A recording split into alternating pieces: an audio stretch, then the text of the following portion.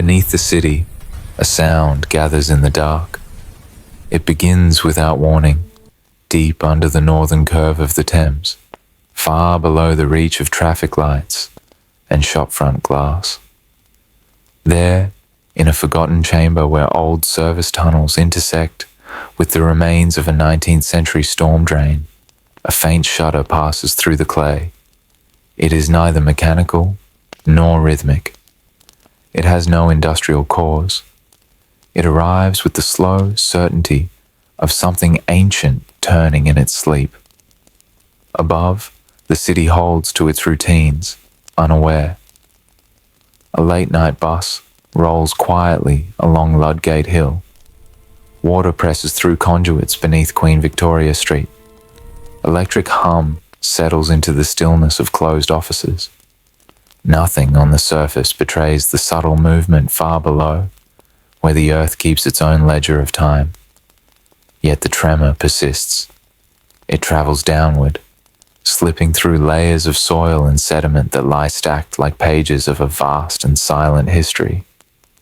Each layer bears the weight of ages, the mortar of Roman walls, the compacted ash of long extinguished hearths, the remains of wooden revetments sunk into the soft margins of an older river. These things do not move easily. They settle. They anchor. They keep their secrets. But the tremor finds its way deeper still, touching the band of ancient river silts that predate the first marked boundary of Londinium. The sediment here holds records untouched by human hands.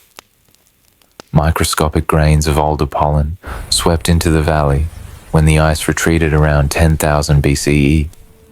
Fragments of charred hazelnut shells left by early fires, broken pieces of worked flint abandoned on riverbanks long since buried under streets whose names came much later. The movement stirs these particles, subtle as a breath. The Thames Valley, in that elder world, was broader and wilder than anything known above it today. Vast shallows stretched across what would one day hold Southwark and Bankside. Ridges of dry ground rose where Blackfriars and Westminster would stand. The river carried the cold clarity of meltwater, its tides shaped by a coastline still carving itself anew. Red deer moved in herds through marshy clearings. Beavers built lodges in channels where bridges now cross. In those early centuries, the valley had no fixed boundaries and no human name. It was simply a shifting corridor of water, clay, and silence. The tremor continues into deeper deposits. In these lower strata lie impressions left by the earliest people to cross this landscape, faint depressions where feet pressed into the mud at low tide, preserved when the river withdrew and returned with sediment-laden water. Such traces, found millennia later near Vauxhall, belonged to small groups who followed the river's edges for food, shelter, and the pathways shaped by the turning of seasons. They knew the valley not as a city, but as a living terrain whose rhythms dictated their survival, their tools, their fires, their resting places, all lean toward the river's call.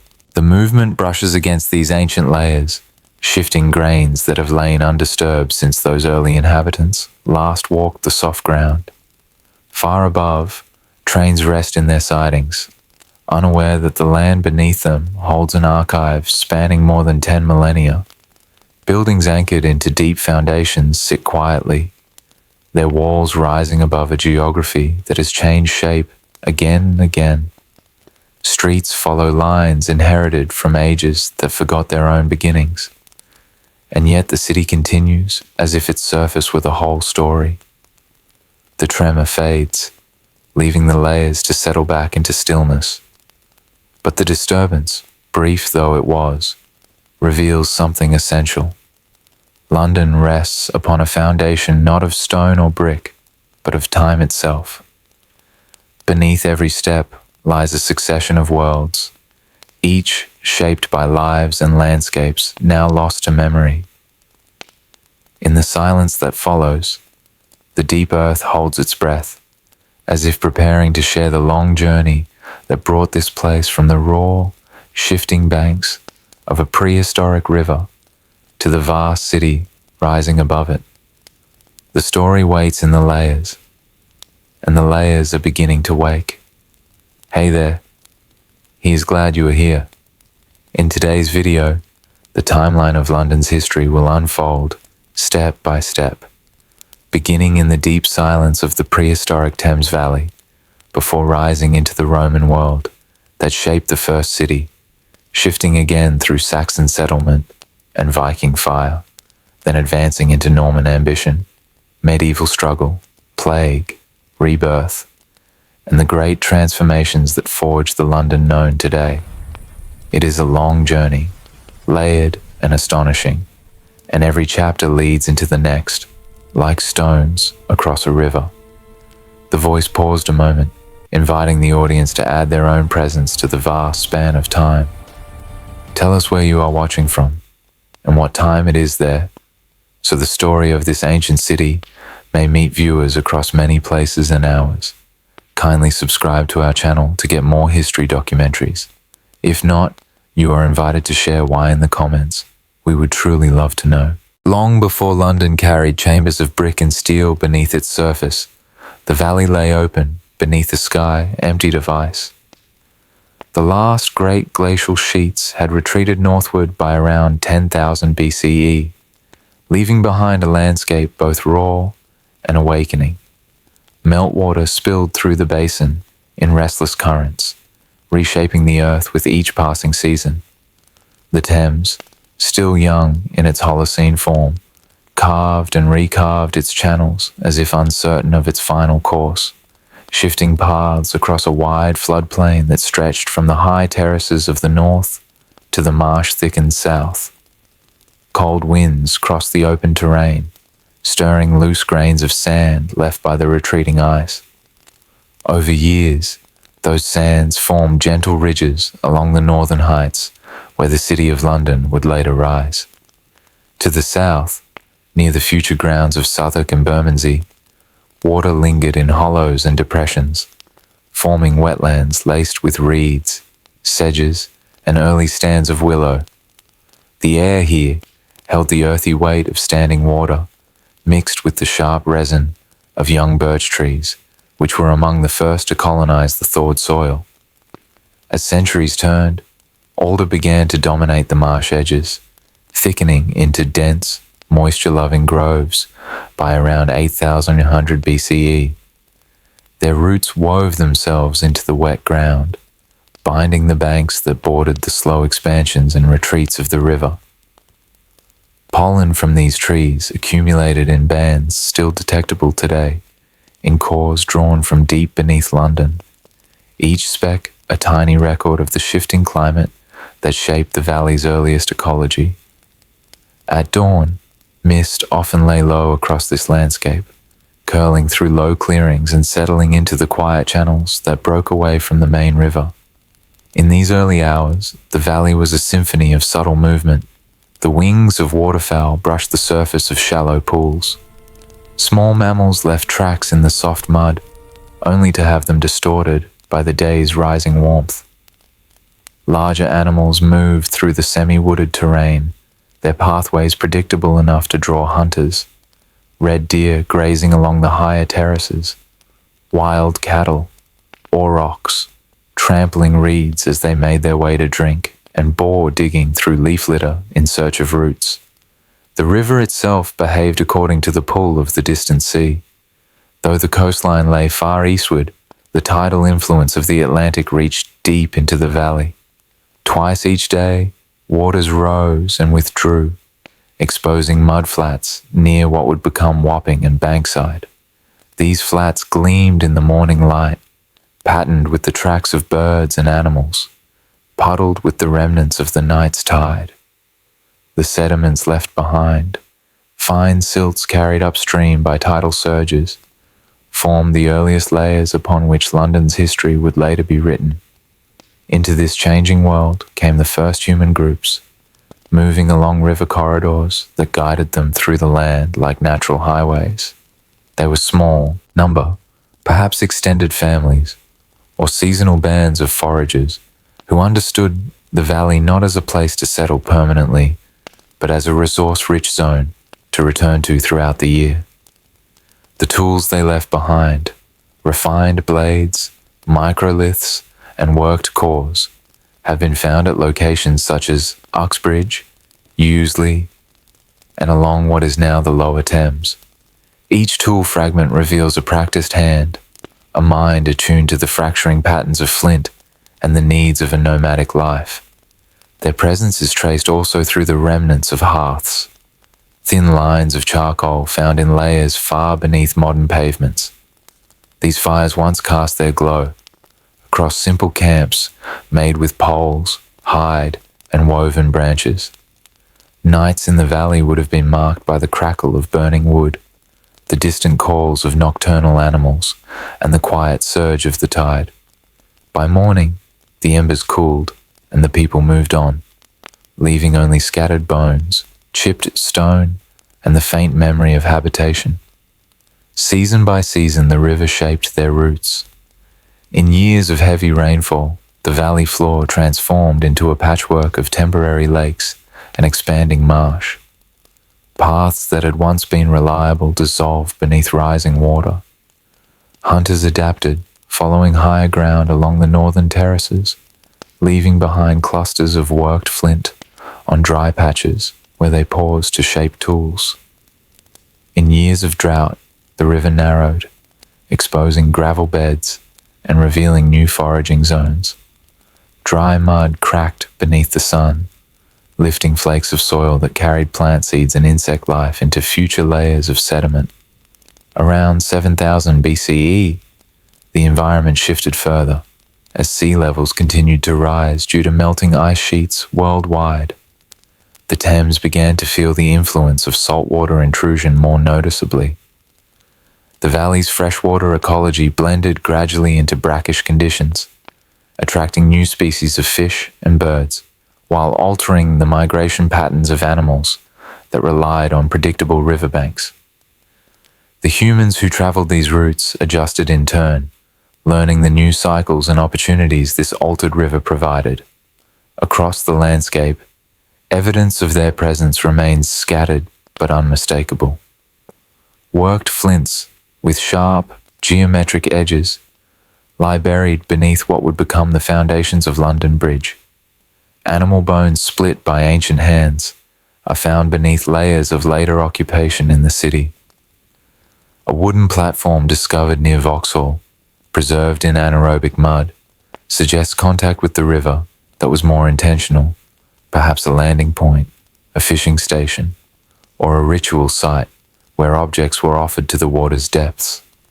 Life in the valley moved with the rhythm of the climate, the river, and the vastness of time. Nothing in this world suggested permanence. Everything was shaped by cycles of water, wind, and growth. Yet, beneath these shifting forms lay the earliest foundations of the city to come. Not architectural foundations, but ecological, geographical, and human ones. The valley created pathways, provided sustenance, and taught navigation. It set the stage long before any settlement would rise on its banks. These first chapters remain hidden beneath London today, sealed beneath meters of accumulated soil and construction. But they endure, silent and intact, forming the base layer of a city whose story must begin in this distant, primordial age. An age defined by ice retreating, rivers wandering, forests rising, and early humans following the ancient tides that shaped the land. As the early Holocene settled into its long, quiet rhythm, the valley that would one day cradle London entered an age shaped not by monuments or cities, but by water, woodland, and the subtle habits of those who moved through them. Around 8000 BCE, the Thames was no single river, but a restless network of channels that drifted across a wide floodplain. Gravel ridges rose and fell beneath shifting courses. Pools formed and vanished with the seasons. Each tide rearranged the margin between land and water, leaving behind new patterns of silt, driftwood, and footprints that disappeared as quickly as they formed. Across these mutable grounds, forest was steadily advancing. Pine stood on the higher terraces, its needles scattering in soft layers that muffled sound. Along the lower slopes, hazel thrived, its catkins catching light even in the pale mornings of early spring. Closer to the water, stands of willow bent in the direction of prevailing winds, their branches trailing in channels that deepened and shallowed with each month's flood. Marsh marigolds opened gold above the wet earth, where Bermondsey would one day spread in paved lines. The smell of wet bark, peat, and slow-moving water filled the air. The animals of the valley moved according to these environments. Red deer favored the edges of the rising woodland, grazing in early dawn when mist lay close to the ground. They left narrow paths through underbrush, paths that would one day guide human feet. Wild boar rooted through thickets, overturning soil rich with insects.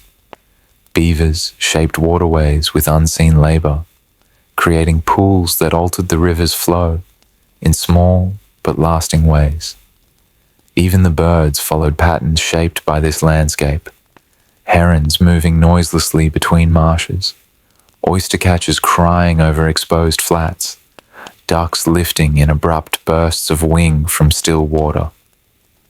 In this world, the presence of humans was light but enduring. They traveled in small, kin-based groups, carrying tools that were crafted with remarkable precision. Flint gathered from river gravels was fashioned into microliths, so fine that only close inspection reveals the intricacy of their workmanship. At Useley, west of the modern city, concentrations of such fragments record places where toolmaking once took place. Discrete napping floors where flakes scattered in patterns that echo the deliberate movements of skilled hands. Each fragment remains where it fell, sealed beneath millennia of silt and later human construction. The river was their guide. Its channel shifted, but its role remained constant. When the tide withdrew, wide stretches of mud glistened under sunlight. These exposed grounds near the areas now known as Chelsea and Battersea created temporary hunting corridors. Deer crossed them cautiously, wary of soft patches where their weight might betray them. Humans moved after them, their steps quiet, their paths angled to work with the wind. Nothing in these hunts was hurried. The land itself set the pace. Hazelnuts, abundant in the mid-Holocene forests, were gathered when autumn spread its early coolness through the valley. Their shells, often found burnt in archaeological layers across southern Britain, appear even in deposits beneath central London. They were roasted to increase flavor and longevity, forming a reliable food source when larger game became scarce. A small hearth beside a channel, its firestones cracked by heat, might have held such nuts as families paused in their movement along the valley. When the fire died, a few shells remained, and in their charred surfaces, the memory of that moment endures. Shelter was neither permanent nor monumental. It rose where needed and dissolved when the group moved on. A frame of saplings bent into arches, covered with skins or woven mats, provided refuge from rain. Such structures left almost no trace, only faint discolorations in the soil, or post holes preserved by chance. Yet in the wet ground near Vauxhall, wooden stakes recovered from deep deposits suggest more intentional constructions. Narrow platforms above marsh water, perhaps for fishing, perhaps for storage, perhaps for rituals that intertwined with the river's constant renewal. For the river was not only a source of food and passage, it was also a boundary, a place where objects were placed with care rather than discarded. Throughout prehistoric Britain, rivers received offerings of worked tools, animal remains, or carved pieces of wood.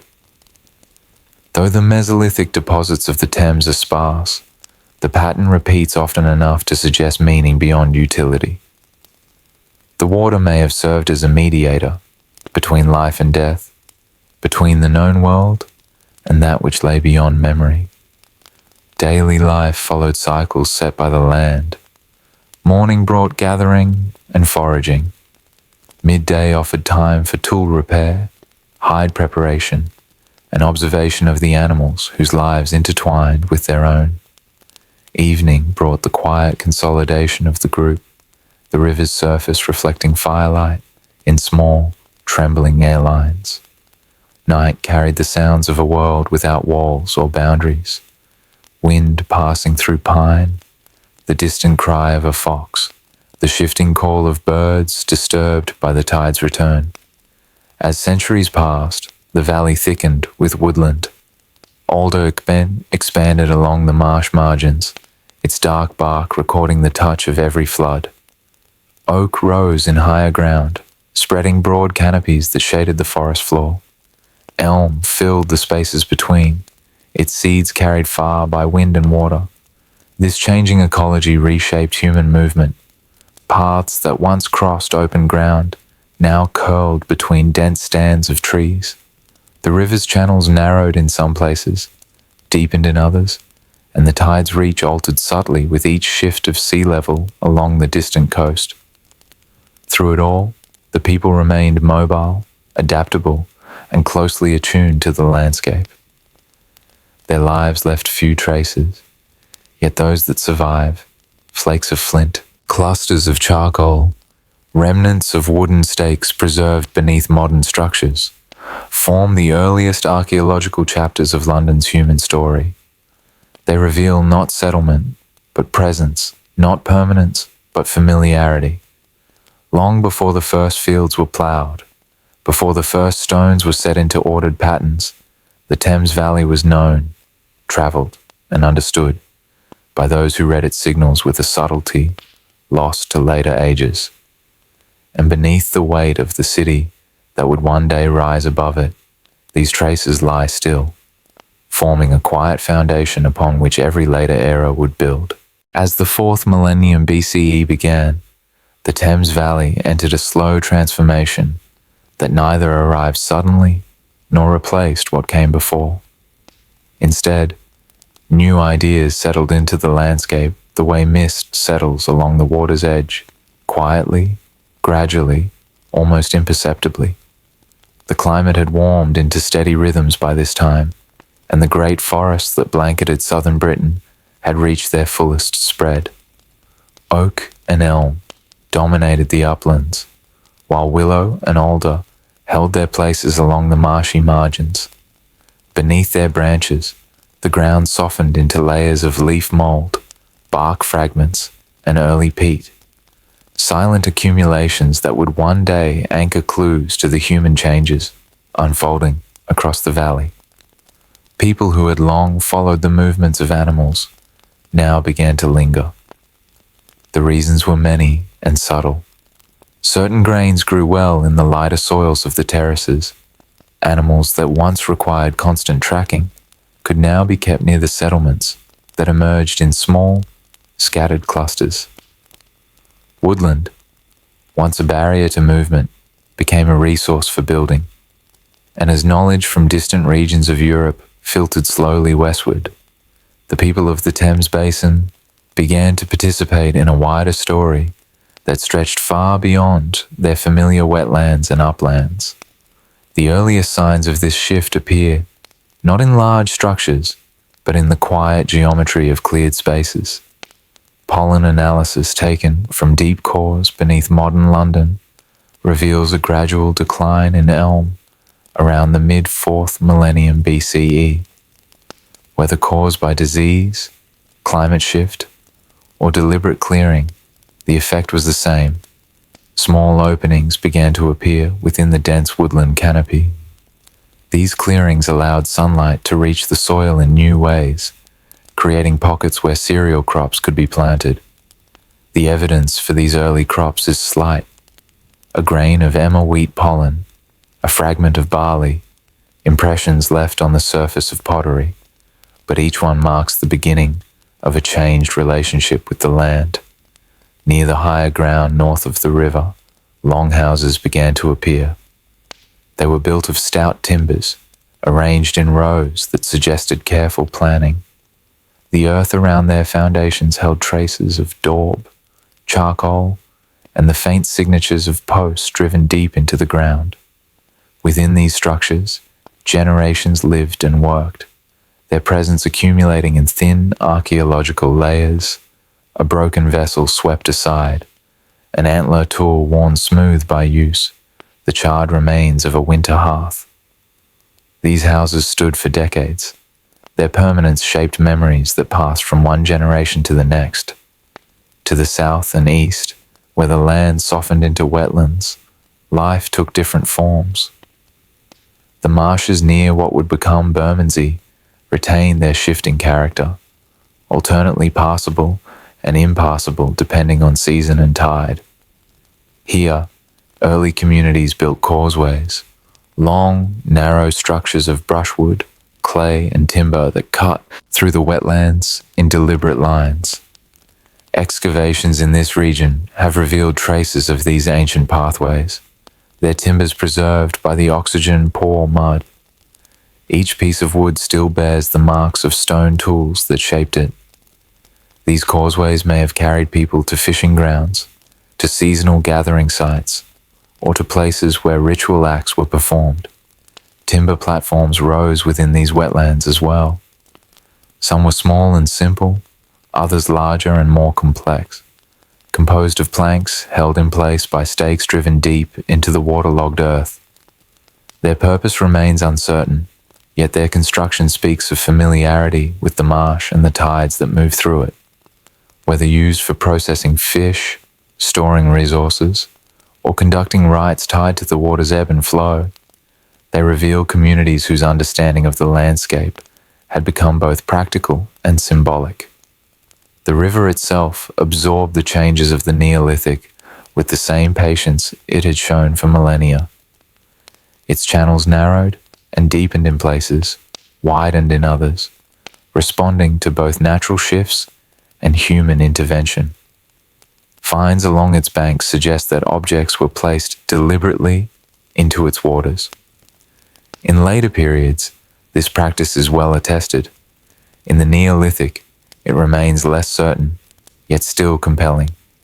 A finely polished axe found in a former river channel near the upper Thames hints at offerings made to water.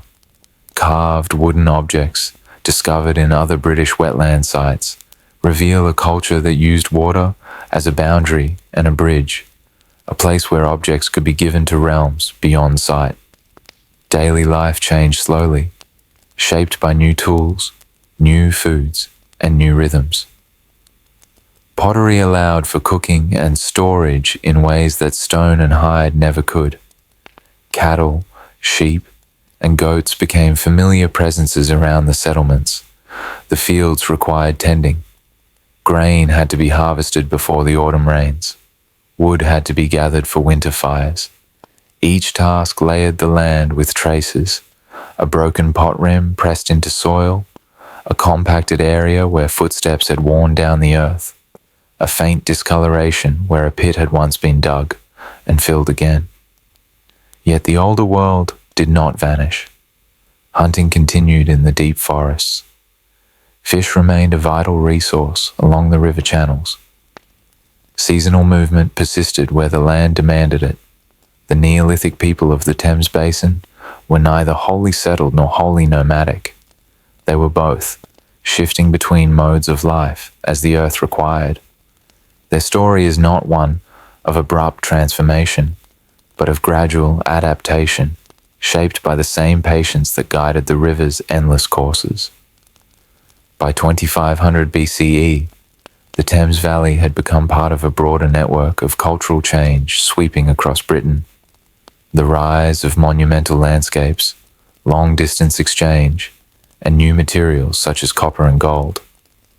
The seeds of these changes took root in soil that had been cultivated for generations, in forests that bore the marks of human clearing, in wetlands crossed by causeways, whose timbers still lie beneath modern London. The Neolithic world of the Thames Basin endures beneath the city, preserved in stratified layers that tell of a people learning to shape the land rather than simply follow it. Their fields, their houses, their pathways, and their quiet rituals form the earliest architecture of place in a valley that would one day rise into one of the world's great cities. In the decades before Rome claimed the Thames, the river already lay inside the orbit of imperial attention. To Roman readers of Caesar's commentaries, Britain existed as a distant, damp margin at the edge of the known world, a place where the sea ran in two directions, and where river mouths were guarded by people who understood currents and marsh as weapons. In 55 and 54 BCE, Julius Caesar stood on this threshold and looked across it. His expeditions were brief and incomplete.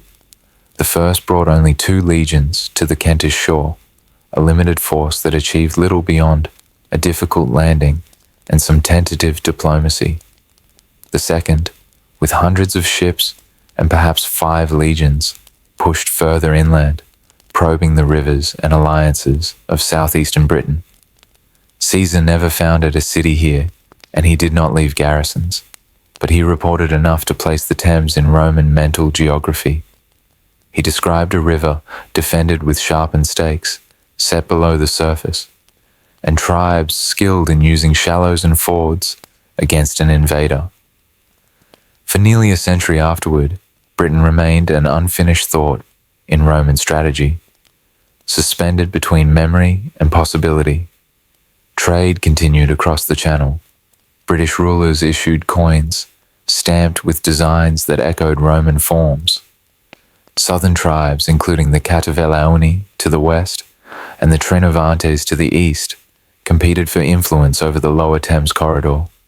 The ground on which Londinium would later rise lay between these rival powers, an open, gently sloping expanse crossed by minor streams, among them the Walbrook that ran down to the tidal river.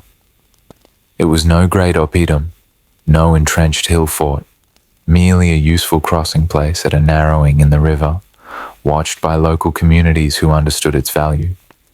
The decision to invade in 43 CE came under the Emperor Claudius. This time, Rome did not send a probing force but a sustained campaign. Aulus Plautius commanded 4 legions and auxilia, together perhaps 40,000 men, supported by a fleet whose hulls darkened the Channel in ranks.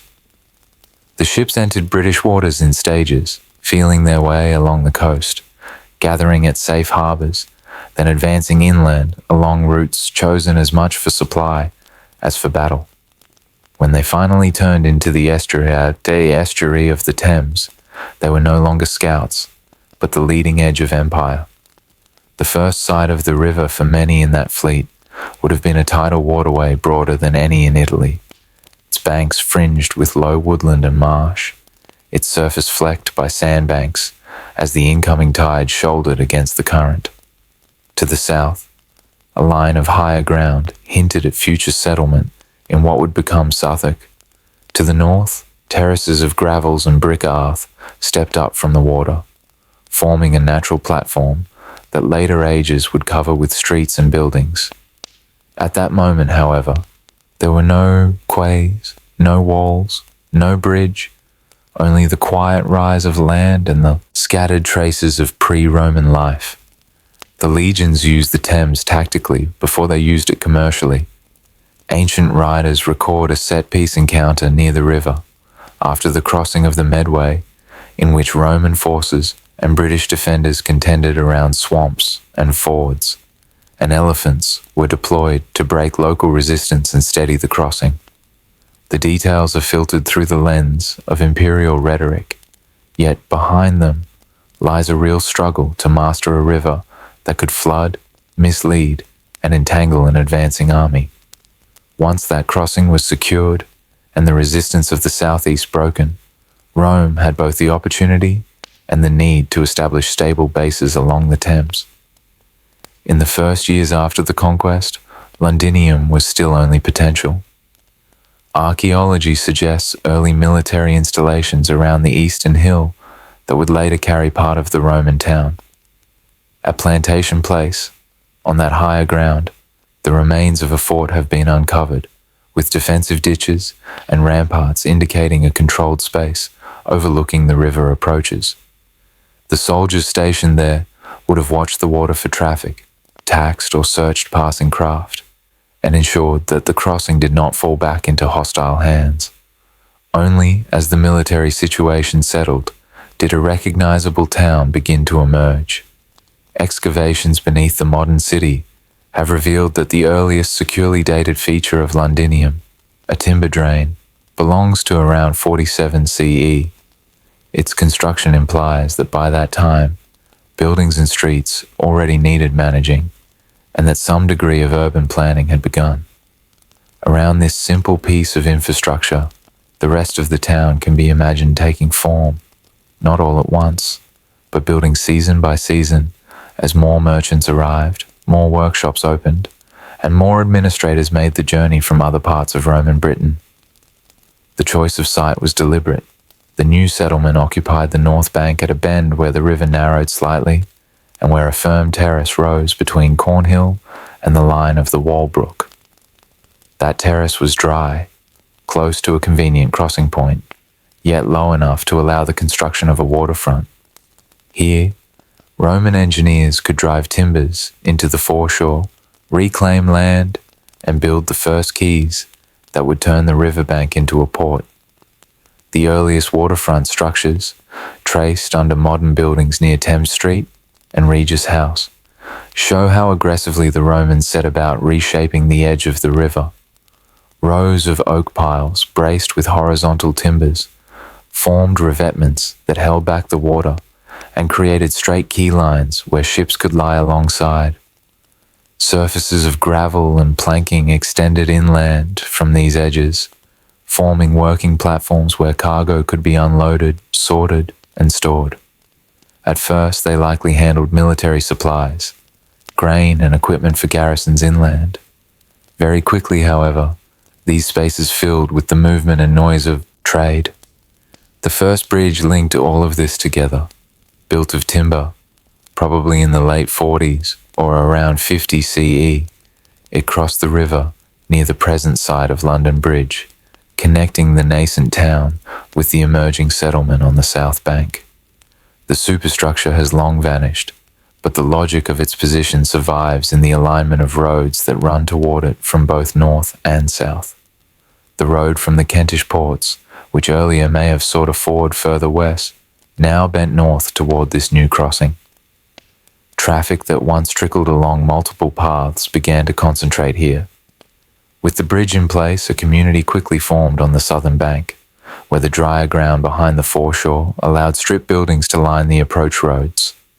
Much later, Southwark would become known for its theatres and inns, but even in the first century it served as an extension of the river port, a place of storehouses, lodging, and craftwork. Recent discoveries of early Roman buildings with painted plaster and fine masonry show that this area was no mere shack town, but an integral part of the new Roman London. On the north bank, above the quays and drains, the skeleton of the town continued to emerge. Streets were laid out between the river and the rising land, some following the lines of older tracks, others cut fresh with Roman precision. Timber-framed shops faced onto these new roads, their open fronts displaying goods to passers-by. Behind them, rooms housed families, storekeepers, clerks, and artisans. The soundscape of the place altered with each passing year. Where once only the calls of river birds and the creak of moored craft carried across the water, there now came the ring of iron on wood, the murmur of bargaining in several languages, the clatter of cartwheels over rough paving. Military power remained present, although more often seen in uniform than in fortification. Soldiers passed through the streets, some on their way to or from the frontier zones, others, serving in administrative roles that tied the town to the wider machinery of Roman Britain. Inscriptions and stamped tiles found across the city show that legionary labour was used in building projects, including waterfront works and perhaps early public structures. By the later 40s, between about 47 and 50 CE, Londinium had taken a recognisable form, even if most of its buildings were still timber and its public spaces relatively modest. It was no longer a camp by a crossing, it was an urban organism, drawing in goods from across the province and sending others out again toward the continent. Pottery from Gaul, oil from Hispania, glass from the Rhineland, and local products such as metalwork and grain moved through its warehouses. The Thames, which for thousands of years had carried fish, driftwood, and votive offerings, now also carried amphorae, stamped with the names of distant estates. In the great sweep of Roman history, these early years of Londinium were small, almost tentative. There were no stone walls yet, no great basilica on the hill, no amphitheatre echoing with public spectacle. Those would come later. What existed between 43 and 47 CE was something quieter yet, in its way, more remarkable. The moment when a river that had witnessed ice, forest, and the footfalls of countless unnamed people became the spine of a new Roman city, its surface reflecting not only sky and weather, but the ambitions of an empire that had finally placed its weight upon the Thames. The first decades after the conquest did not produce a metropolis overnight, but planted the seeds of something new, something that would reshape the Thames and the people around it.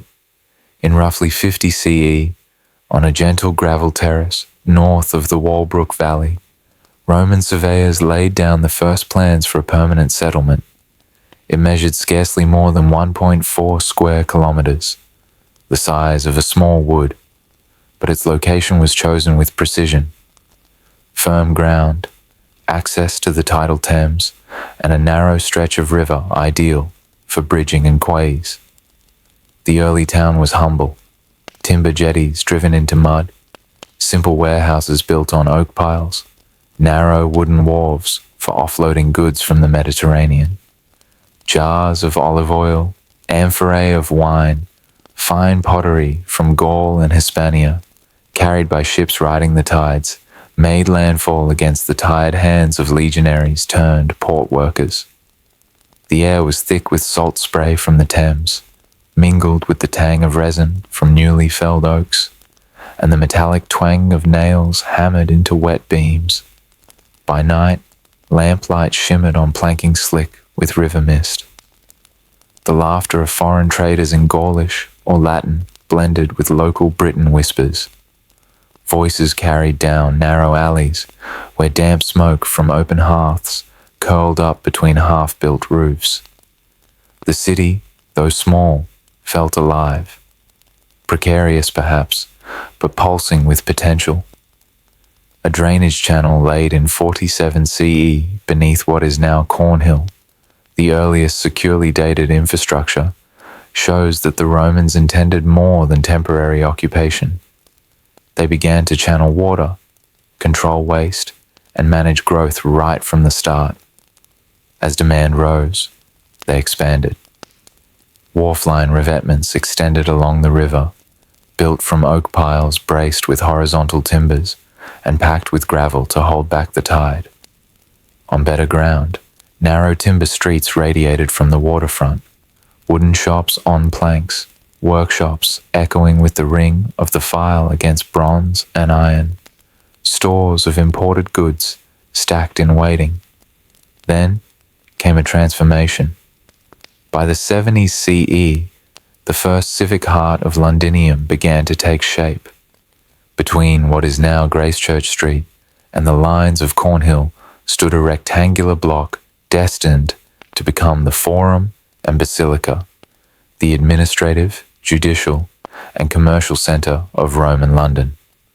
Recent excavations in 2025 uncovered flint, ragstone, and tile foundations of this early basilica, preserved beneath modern office buildings. Within its walls, magistrates sat on raised tribunals. Citizens came to trade, to petition, to hear edicts, and to conduct business under the roof of Roman law. The basilica was 3 stories high, grand by provincial standards, and its presence transformed Londinium from port town to provincial hub. Around it, narrow timber insulae, city blocks, hosted a growing population. Merchants, sailors, artisans, freedmen, soldiers turned merchants or bureaucrats. Goods from Germania, Gaul, Hispania, fine glass vessels, metal tools, wine, olive oil, cloth, moved through the city like lifeblood. Some found their way to storage along the old river terraces. Others were consumed in taverns or market stalls. The world above Thames Street hummed with voices and footsteps. Dockworkers unloaded amphorae at dawn. Market women shouted prices in broken Latin to passers-by. Roman engineers measured parcels for expansion. Children followed fathers carrying clay pots. Dogs moved between legs, restless and hungry. The smell of fresh wood, damp earth, fish, salt, and foreign spices hung heavy in the air, a sensory tapestry unique to early Roman London.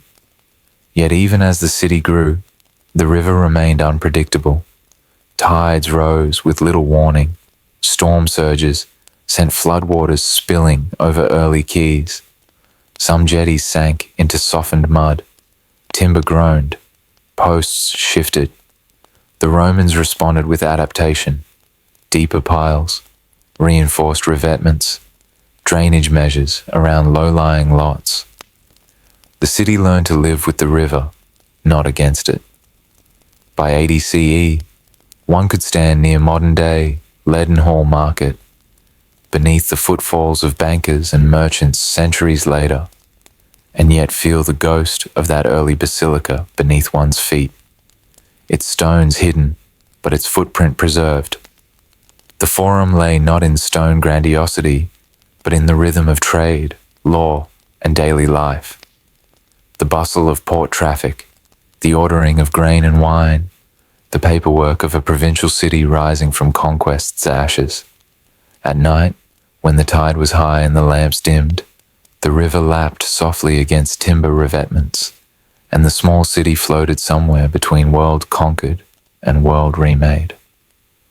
Londinium had not yet reached its zenith, but it had set its foundations, in wood, in law, in commerce, and in the unending flow of the Thames. In this fragile balance of ambition and nature, the story of Roman London truly began. In the decades following its founding, Londinium grew like a sapling, slender, flexible, shaped by the river's mood and the needs of its new inhabitants. By the year 60 or 61 CE, it had become a busy Roman town, its streets still wooden, its marketplace alive with voices from many provinces. Across the settlement, the smell of fresh-cut timber blended with imported spices, and the faint sweetness of crushed grain. Smoke from small hearths curled upward into the morning air, drifting toward the river before dissolving into the Thames mist. But beneath this ordinary rhythm, something unsettled stirred in the distance. Rumors traveled more swiftly than caravans. Traders arriving from the northeast brought fragments of news, arising among the Iceni, sparks of violence, smoke on the horizon where towns once stood. No one in Londinium understood the full shape of what was coming, but the fragments were enough to darken the mood. Markets grew quieter. Officials looked to the roads with uneasy eyes. The river, usually a corridor of commerce, carried fewer ships upstream. The revolt moved across Britain like a shifting weather front, invisible at first, then unmistakable. Colchester fell.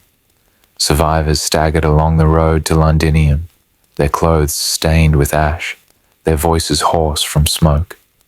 They carried stories that were not whole, but sharp enough to cut. Temples burned, families hunted, storehouses split open under the weight of fire. Behind them, the land smoldered. As their testimonies spread through Londinium, the city changed. Shops that once opened early kept their doors shut until midday. The sound of hammers from the workshops faltered.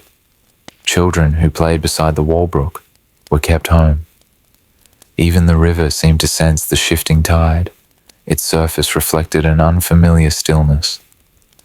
When word finally arrived that Suetonius Paulinus could not defend the town, the announcement fell like a stone through water, silent at first, then rippling through every district. Londinium had only recently begun to understand itself as a city, and now it was told to abandon the shape it was becoming. The evacuation began in fits and starts. Some packed methodically, others fled in panic. The roads leading west filled with carts loaded to breaking, animals startled by the unfamiliar rush, and families attempting to carry more than they could manage. At the waterfront, boats were loaded beyond safe measure. Amphorae were left in stacks, cloth bolts abandoned in workshops, tools dropped in the scramble. Voices rose and dissolved into confusion. The timber structures of the town, so new that the wood still smelled of sap, trembled under hurried footsteps. And then the city emptied enough for silence to settle, briefly, as if Londinium held its breath. The advance of Boudicca's forces was not subtle. Dust rose from the roads before the warriors appeared. Birds lifted in erratic flocks from the trees along the fringes of the settlement. The sound arrived gradually, a low vibration carried by the earth itself, the movement of thousands. And when the revolutionaries surged into view, the stillness shattered. They moved through the outskirts first, crossing the open spaces where the town thinned toward the marshlands. Their torches flared in the dry air. The first buildings they reached, storehouses and workshops, caught quickly, flames climbing timber beams that had not yet lost their resin. Fire raced along the grain like a living thing. The wind carried embers deeper into the town. The blaze reached the marketplaces near the main street.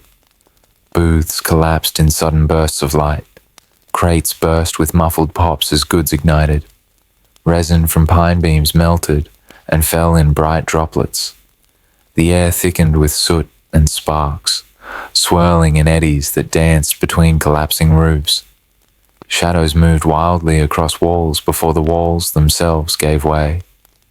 The soundscape grew unbearable. Wood split with sharp cracks. Clay tiles exploded under heat. Horses trapped in stables screamed briefly before falling silent.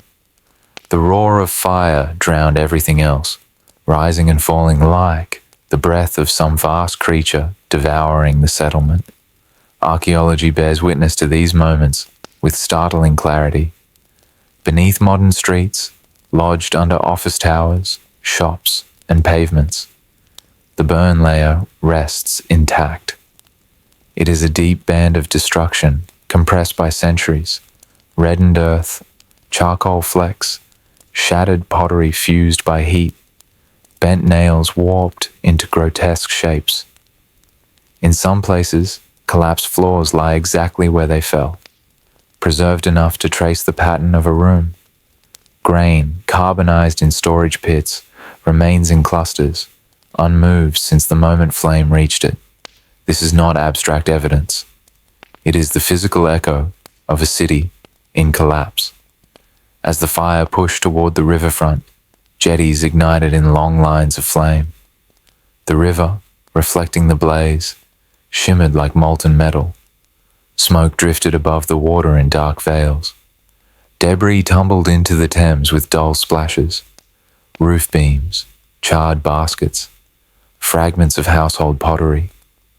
Even the early bridge, a fragile timber crossing, was swallowed by heat. Its beams collapsed inward and slid beneath the tide. By the time the flames exhausted themselves, Londinium had ceased to exist in the form its residents had known. Only foundations remained visible through the ash, faint grids marking where streets had run. The smell of burnt timber lingered long after the wind carried the last smoke away. Those who returned weeks later found a landscape stripped to its skeleton.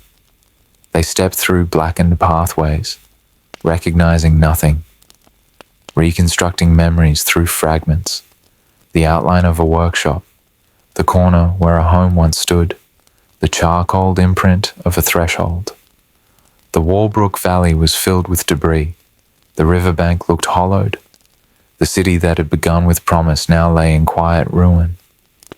Yet even in destruction, the foundations of possibility endured. The river still moved. The terrace still lifted above the water. The road still converged. Londinium would rise again, not quickly, nor easily, but with the determination that defines cities shaped by both land and empire. The fire became part of the soil, and the soil became part of the story. If you have followed the story this far, do not slip away unnoticed. Tell us where you are watching from and the time there, and consider subscribing so you do not vanish from this journey, just as London once nearly vanished from history. And if you choose not to subscribe, share why below, for the story deserves to know who walked this far and then turned back.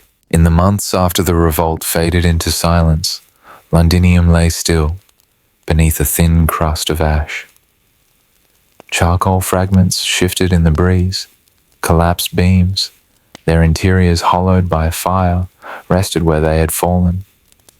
The river washed softly against the ruined jetties, carrying away splinters that once belonged to homes and shops. Nothing rose above the surface of this quiet landscape except the faint outlines of streets preserved in compressed earth. Yet even as the scorched city cooled, small movements began. A footprint here, a cart track there, the faint clatter of tools along the river's edge.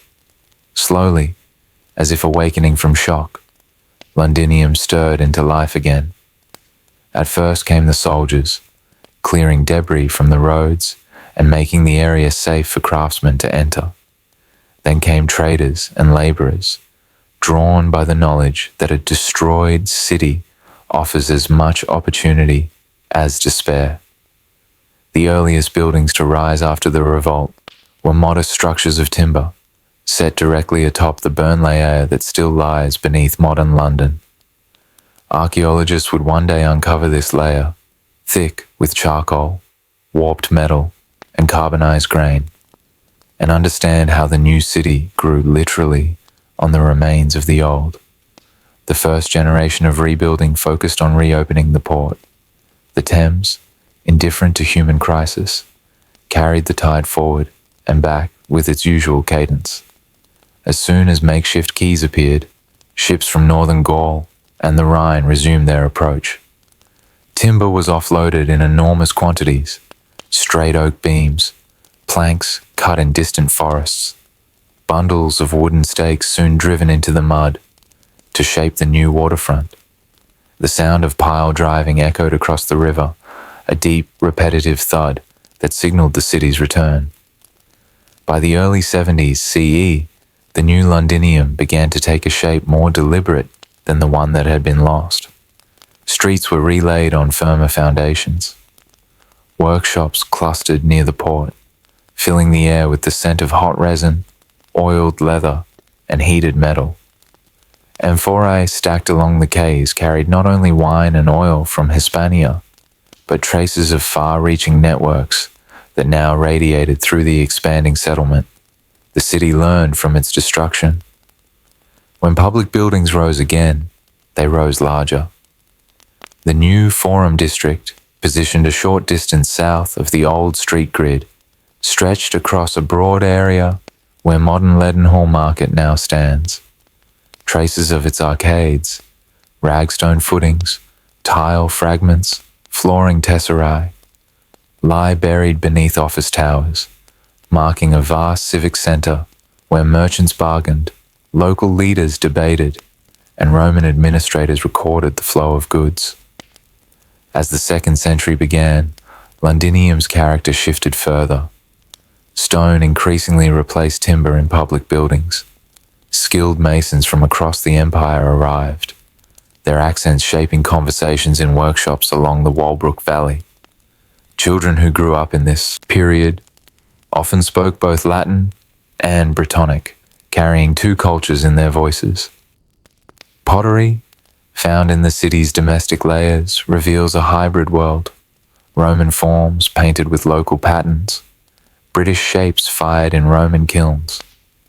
The amphitheatre, completed near the turn of the century, became a landmark of both entertainment and social cohesion. Positioned beneath what is now the Guildhall, it was first built from timber, then strengthened with stone as the city prospered. Crowds gathered there on market days. Sellers of roasted nuts, honey cakes, and wine stood near the entrances.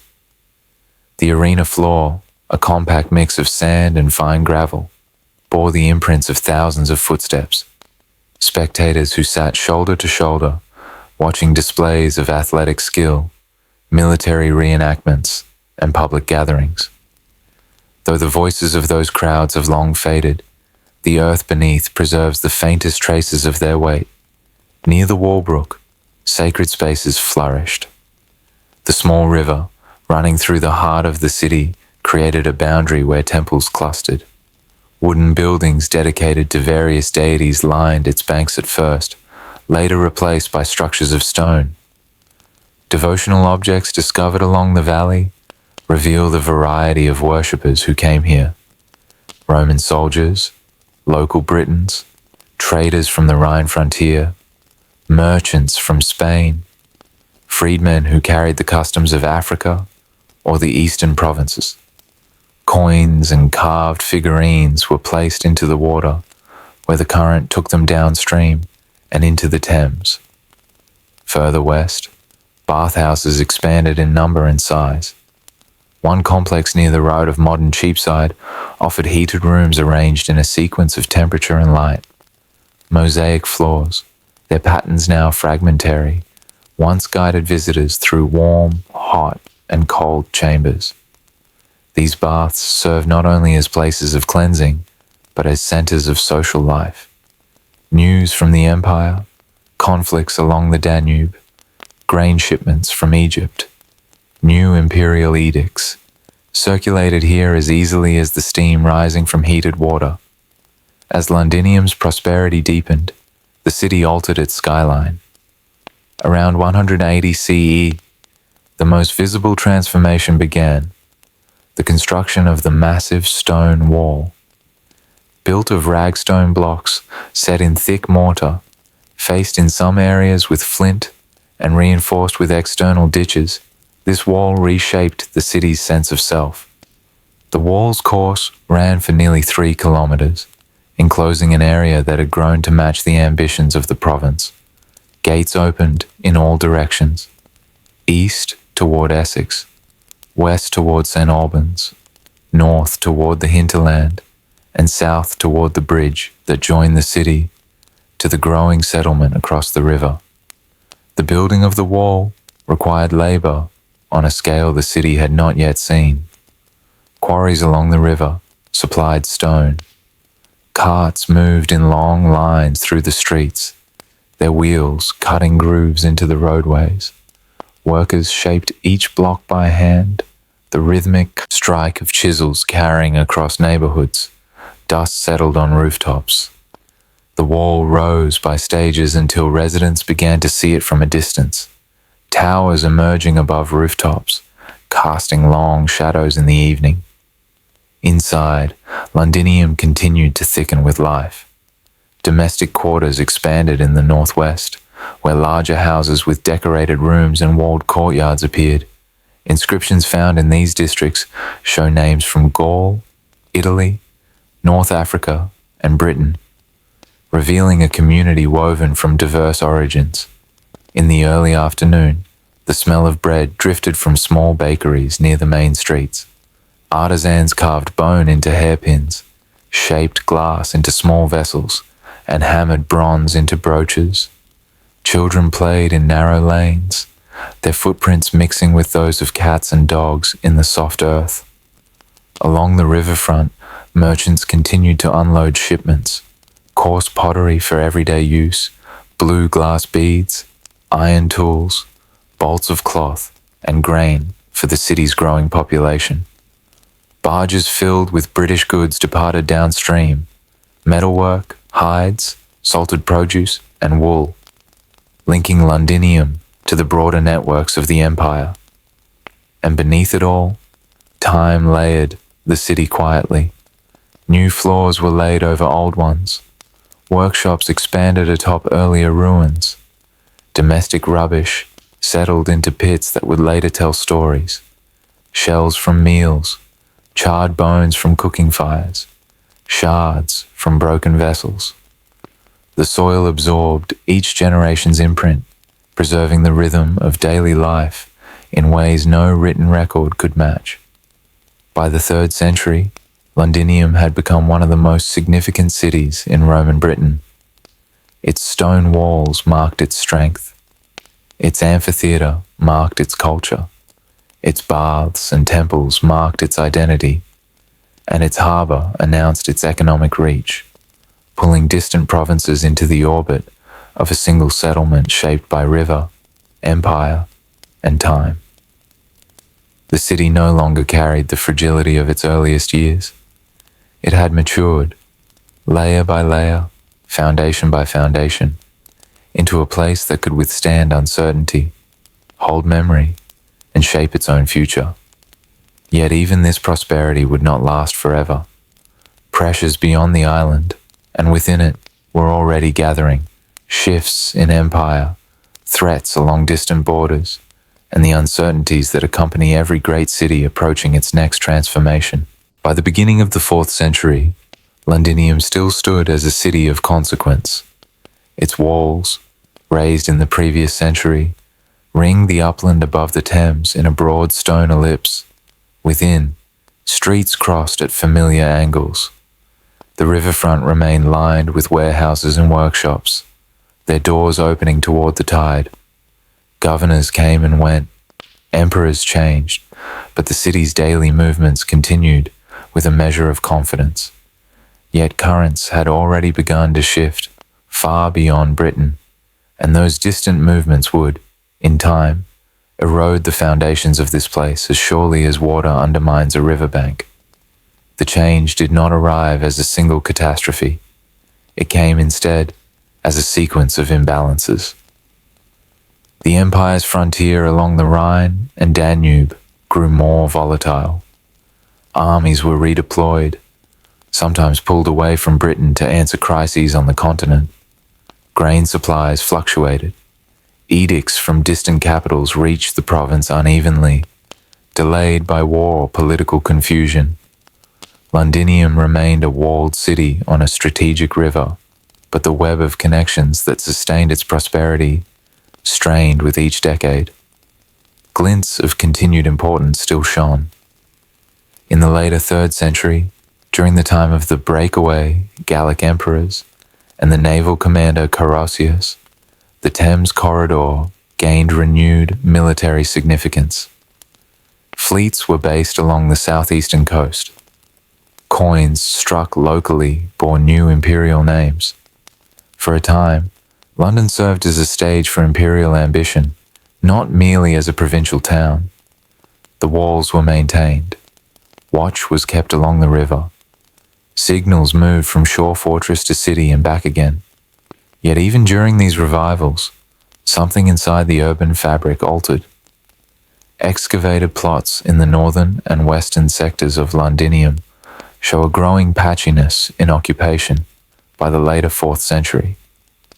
A courtyard house might still be inhabited on one side, its hypocaust occasionally repaired, while on the other, a room had collapsed and been roughly leveled, its floors reused as dumping ground.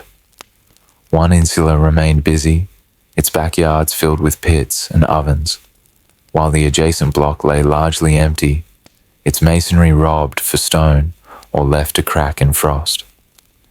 Public buildings that had once expressed the city's civic pride entered a different phase of existence. The Great Basilica, whose foundations lie beneath modern offices near Leadenhall Market, did not vanish overnight. Parts of it likely remained in use far into the 4th century, its halls repurposed for storage or administrative needs as formal civic life waned.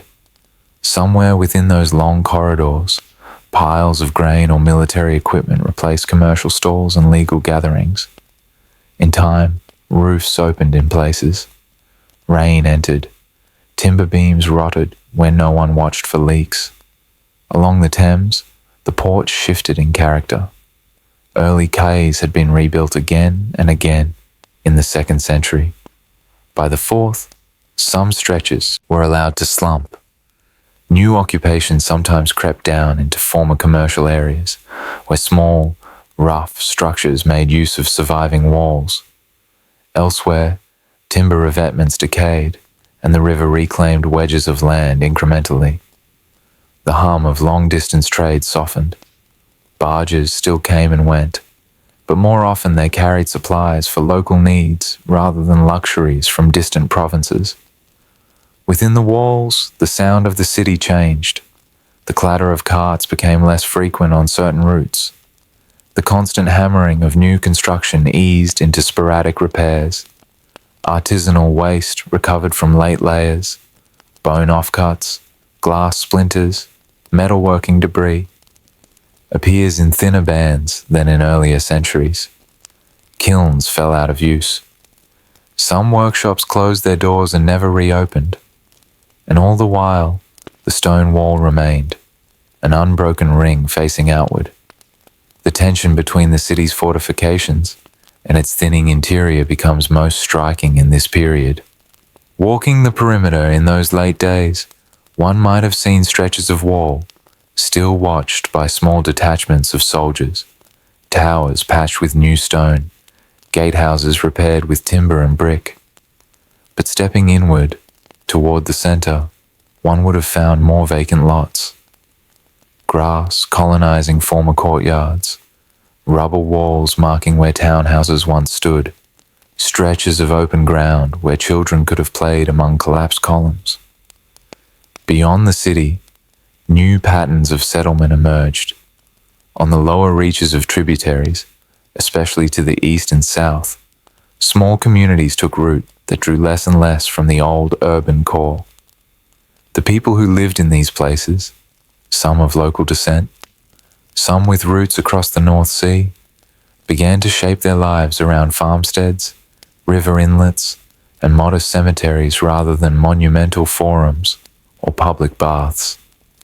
In certain burial grounds from the 5th century, archaeologists have found graves that carry two worlds at once. A body laid out in a supine position, as was common in late Roman practice, might be accompanied by a brooch or weapon of unmistakably Germanic style. A worn Roman coin, pierced for suspension, hangs as an ornament rather than a medium of exchange. Pottery forms blend profiles and decorations from different traditions. These hybrid Roman-Saxon burials, scattered in the landscapes around the old city, record not an abrupt replacement of one people by another, but a period in which identities overlapped and memories interlaced. Inside Londinium, written voices grow rare. There are fewer inscriptions, fewer datable coins dropped in street layers, fewer deliberate deposits. The administrative machinery that once kept records, stamped tiles, and erected dedication stones faltered with the withdrawal of official support. The last decades of formal Roman rule in Britain saw troops recalled and authority concentrated elsewhere. Notifications likely reached local elites that they must fend for themselves. The city, designed to function within an imperial framework, struggled to adapt to this new reality. By the early 5th century, maintenance of the wall itself became inconsistent. Some stretches remained sturdy, protected by their own mass, and careful original construction. Others showed cracks that went unfilled. Vegetation took root between stones. Small shrubs, then saplings, found purchase in mortar joints. At certain gates, traffic diminished enough that earth accumulated against thresholds, slowly burying them. And still, people passed through. Not everyone left. Some families remained inside the old circuit, occupying a handful of surviving structures or building simple huts against standing masonry. They lit fires where once mosaic floors had glimmered. They stored grain in corners of former storerooms, their rubbish pits cut into earlier layers, bringing fragments of 2nd century pottery into contact with 5th century bone. For these residents, the city no longer resembled the busy port of the High Empire. It had become a landscape of ruins used as shelter and resource. From the surrounding countryside, others came into the city to quarry its remains. Dressed stone, easier to reclaim than to cut fresh, was prized. Columns toppled and were split for building elsewhere. Decorative fragments were carried away and reused in new contexts. Church foundations in later centuries would incorporate pieces of Roman carving without memory of their original place. Thus, even as Londinium declined as a living city, it remained a mine of material for future settlements. By the middle of the 5th century, the name Londinium no longer carried the meaning it once had in imperial documents. The city persisted as a topography of walls, empty spaces, occasional dwellings, and encroaching vegetation. The amphitheater's hollow filled gradually with refuse and soil. The forum's outline softened as its columns fell and its paving stones shifted. The river flowed past, indifferent, as reeds gained hold along deserted stretches of bank. To later eyes, this phase appears as a disappearance. In reality, it was a long, uneasy pause. The ground beneath the abandoned streets still held the compacted layers of markets, houses, and workshops. The walls still traced a boundary that future generations would reuse. The very absence of dense occupation preserved what lay below, sealing in place the story of the Roman centuries. In time, new life would gather again along the Thames, first in scattered riverside settlements, then in a more concentrated focus near the old bridgehead. The ruins of Roman London would stand as silent companions to these early medieval communities, lending them shelter, stone, and an unconscious plan.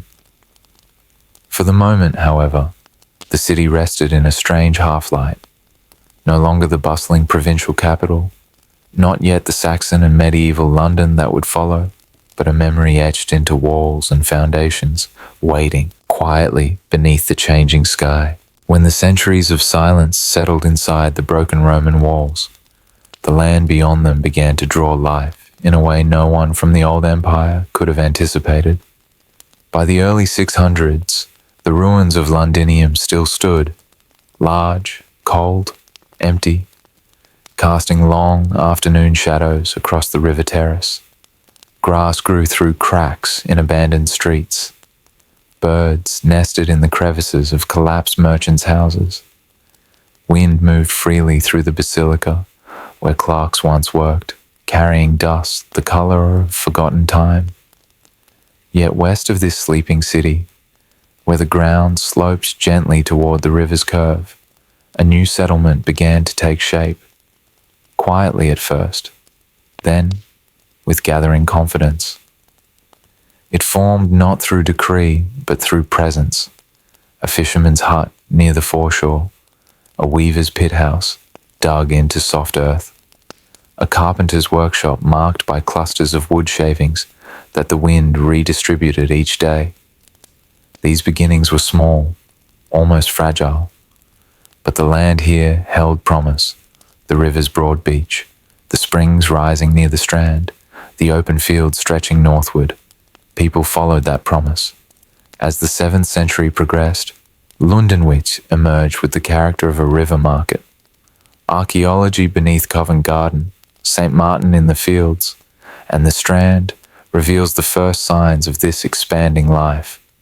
Sunken featured buildings with neat timber linings, their floors darkened by generations of craft work. Post-built halls aligned loosely along pathways made by habit rather than planning. And countless traces of daily industry, cattle bones split for marrow, scrap metal hammered into tools, and antler points shaped into combs etched with simple geometric marks.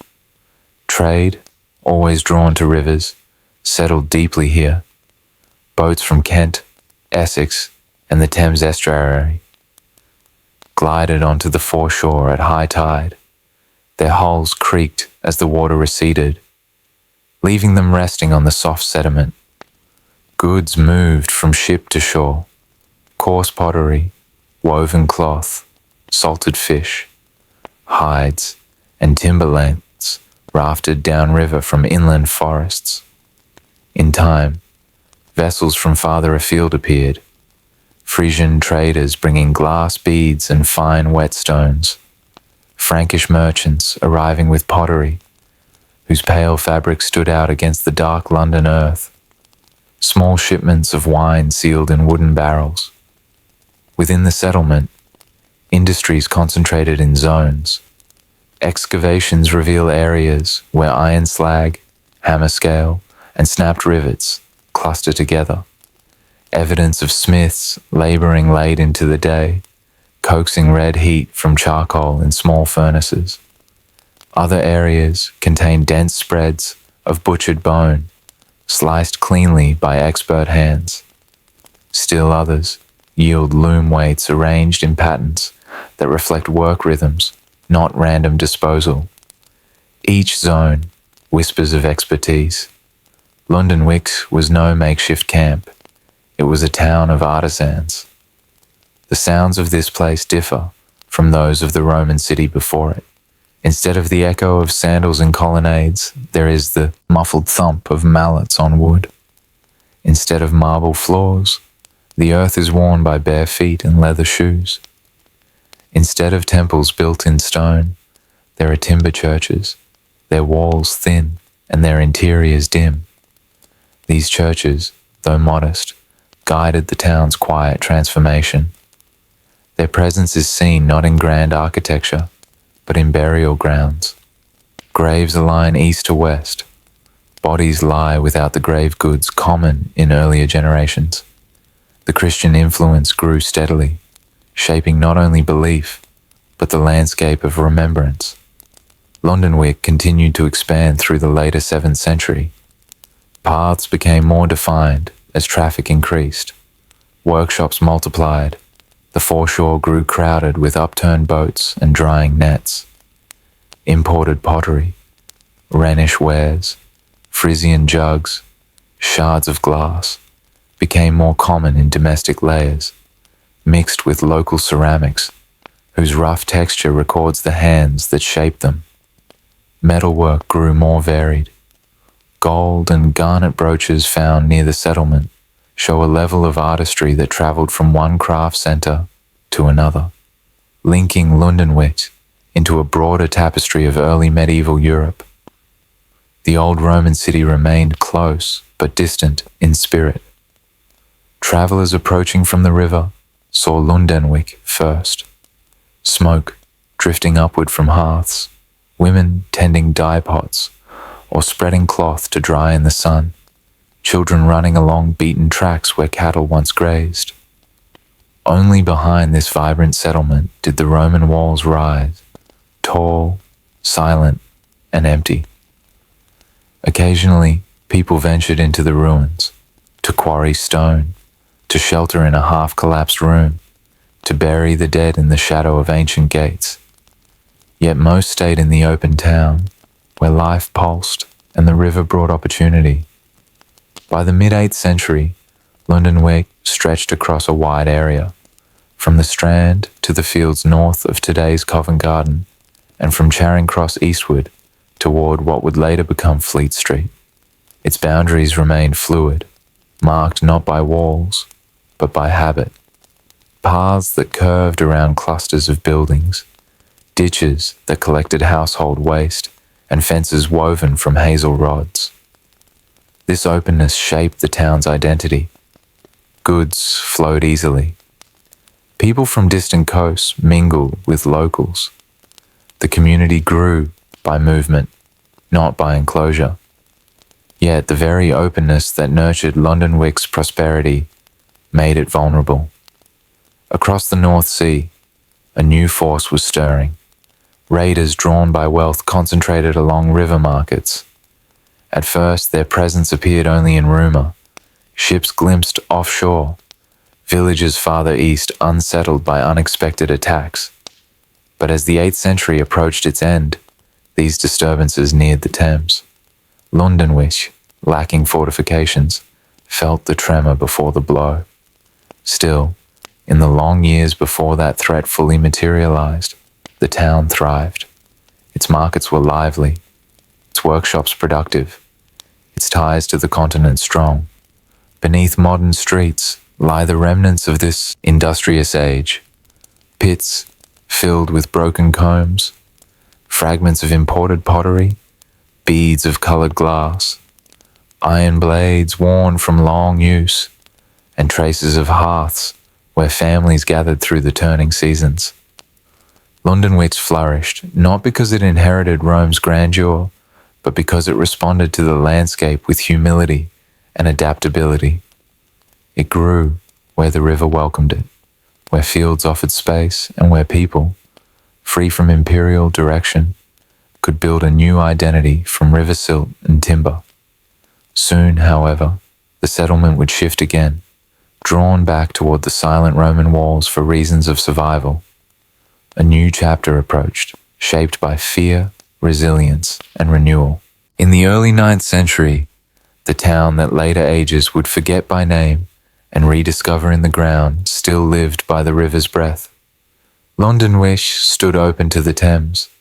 Its wooden halls and workshops spread across the gentle slope that ran from the shoreline toward the meadows and fields of what is now Covent Garden and the streets above the Strand.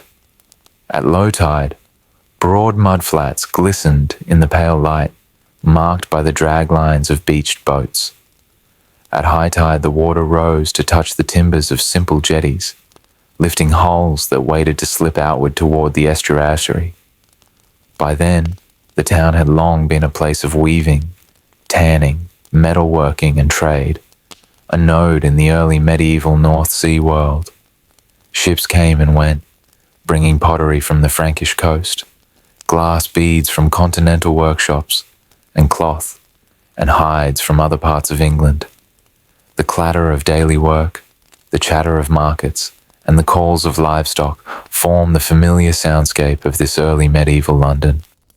Far to the east, beyond the Thames mouth and the low coast of Kent, influences were gathering that would change that soundscape.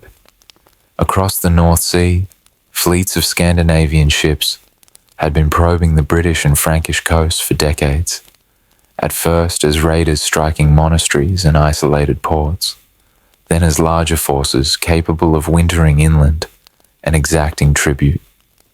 River mouths, estuaries, and navigable inlets offered easy entry into the interior of kingdoms that were only loosely defended against attacks from the sea. The Thames, with its deep channel and long tidal reach, became one such route. The annals and chronicles record, with the terse language of their age, that in the year 842 there was a great slaughter in London. They do not give long descriptions of the fleet, the smoke, or the screams, but the few words are heavy. They suggest an attack that left a mark deep enough to be remembered in ink, long after the bodies were buried. The story that follows can be traced through geography and archaeology as much as through text. In the season of that first recorded assault, ships turned into the Thames estuary on a rising tide. They moved past sandbanks that local pilots knew well, past the marshes on either bank, and upriver into the narrowing bend where fresh water and salt water argued over each change of tide. The longships sat low in the water, their clinker-built hulls flexing with the waves, their crews experienced in reading river currents and shallows. Shields hung along their gunnels, muted in colour by weather and use. Above them, the sky was the same grey that had watched the Roman wall crumble in silence a few centuries earlier. The approach to Lundenwic from the water revealed a town that was prosperous but vulnerable. There were no stone walls, only the natural rise of land and scattered wooden fences. Boats were drawn up on the foreshore. Storehouses stood near the river, with their doors facing the water. Beyond them lay streets of timber buildings, craft sheds and dwellings arranged along packed earth tracks. When the first longships grounded on the strand, there was little to arrest them but the river's own silt. Men waded ashore, water folding around their legs, boots sinking briefly into mud before they found firmer ground. The attack, when it came, arrived faster than news could spread. Lundenwic had no garrison in the Roman sense, only whatever armed retainers were attached to local lords and the courage of the townspeople themselves. Fire changed the town's outline faster than any army. Thatch caught easily. Smoke rose in tight black columns before the heat tore the plumes sideways into the wind. Warehouses by the shore, filled with dry timber, cloth, and grain, burned with particular intensity. The smell of river mud, fish, and tanned hide was replaced by that of char, hot tar, and scorched wool. The flames left their own record in the ground. Centuries later, archaeologists would cut trenches into this soil and find bands of reddened earth and charcoal thick enough to be traced across plots, the signature of buildings destroyed together rather than one by one. The raiders did not remain. Their purpose was shock, plunder, and departure. Once they had taken what they could carry and burned what they could not, they returned to their ships. The tide, indifferent as always, lifted their hulls away from the blackened foreshore. The town did not vanish after that first blow. People returned, rebuilt, and carried on, but something had changed in the way they saw their own horizon. The river, once only a road for goods, had revealed itself as a road for danger. In 851, another fleet came, larger and more organized. The Anglo-Saxon Chronicle speaks of 350 ships entering the Thames and attacking London and Canterbury. The exact number is less important than the image it conveys. A river, thick with holes, oar strokes rippling the water in long, disciplined lines. This time, the ships did not simply strike and vanish. They lingered, part of a wider pattern of Viking armies overwintering in England and testing the strength of rival kingdoms. For Lundenwic, the effect of this second major assault was deeper. The town was raided again, its buildings once more exposed to fire and theft. But now the attacks were part of a repeated pressure rather than a shocking exception. Craftspeople who had rebuilt after the first raid now weighed the risk of doing so again beside the open water. Some did return to the strand, driven by habit and the need to trade. Others began to look past the foreshore toward the silent silhouette of the old Roman walls upriver. Across the 860s, Viking activity intensified throughout eastern and central England. The so-called Great Heathen Army moved along river systems, occupied winter camps, and pressed kingdoms into uneasy agreements. The Thames corridor lay within the radius of that power. Even when no raid was in progress, the possibility of one hung over the town like a low cloud. Night in Lundenwic changed character. Where once the dark had been filled with familiar domestic sounds and the wash of the tide, now it carried a new tension. The upstream bend of the river, where its surface vanished into shadow, became not just a feature of landscape, but a direction from which threat might appear without warning. A distant rhythm that might once have been dismissed as wind in reeds could now be heard as the uncertain echo of oars. During these years, the archaeological record suggests a thinning of occupation in some zones of the Wick. Layers that once contained dense rubbish from kitchens and workshops give way to cleaner deposits, the sign either of less activity or of abandonment. Deposits of imported pottery and glass become scarcer in later 9th century levels, hinting that the town's trading role had weakened. It is against this background that the events of the early 870s must be understood. By 871, the Viking presence in southern England had become part of a larger contest that drew in Alfred of Wessex and reshaped political boundaries. Armies moved, battles were fought, tribute was paid and broken. London, on the margins of these conflicts, but never outside their reach, had to decide where its future lay. The decision, when it came, turned towards stone. Sometime in the later 9th century, in actions associated by tradition with Alfred's reforms, the focus of settlement shifted decisively from the vulnerable open town at Lundenwic back into the tightened embrace of the Roman walls.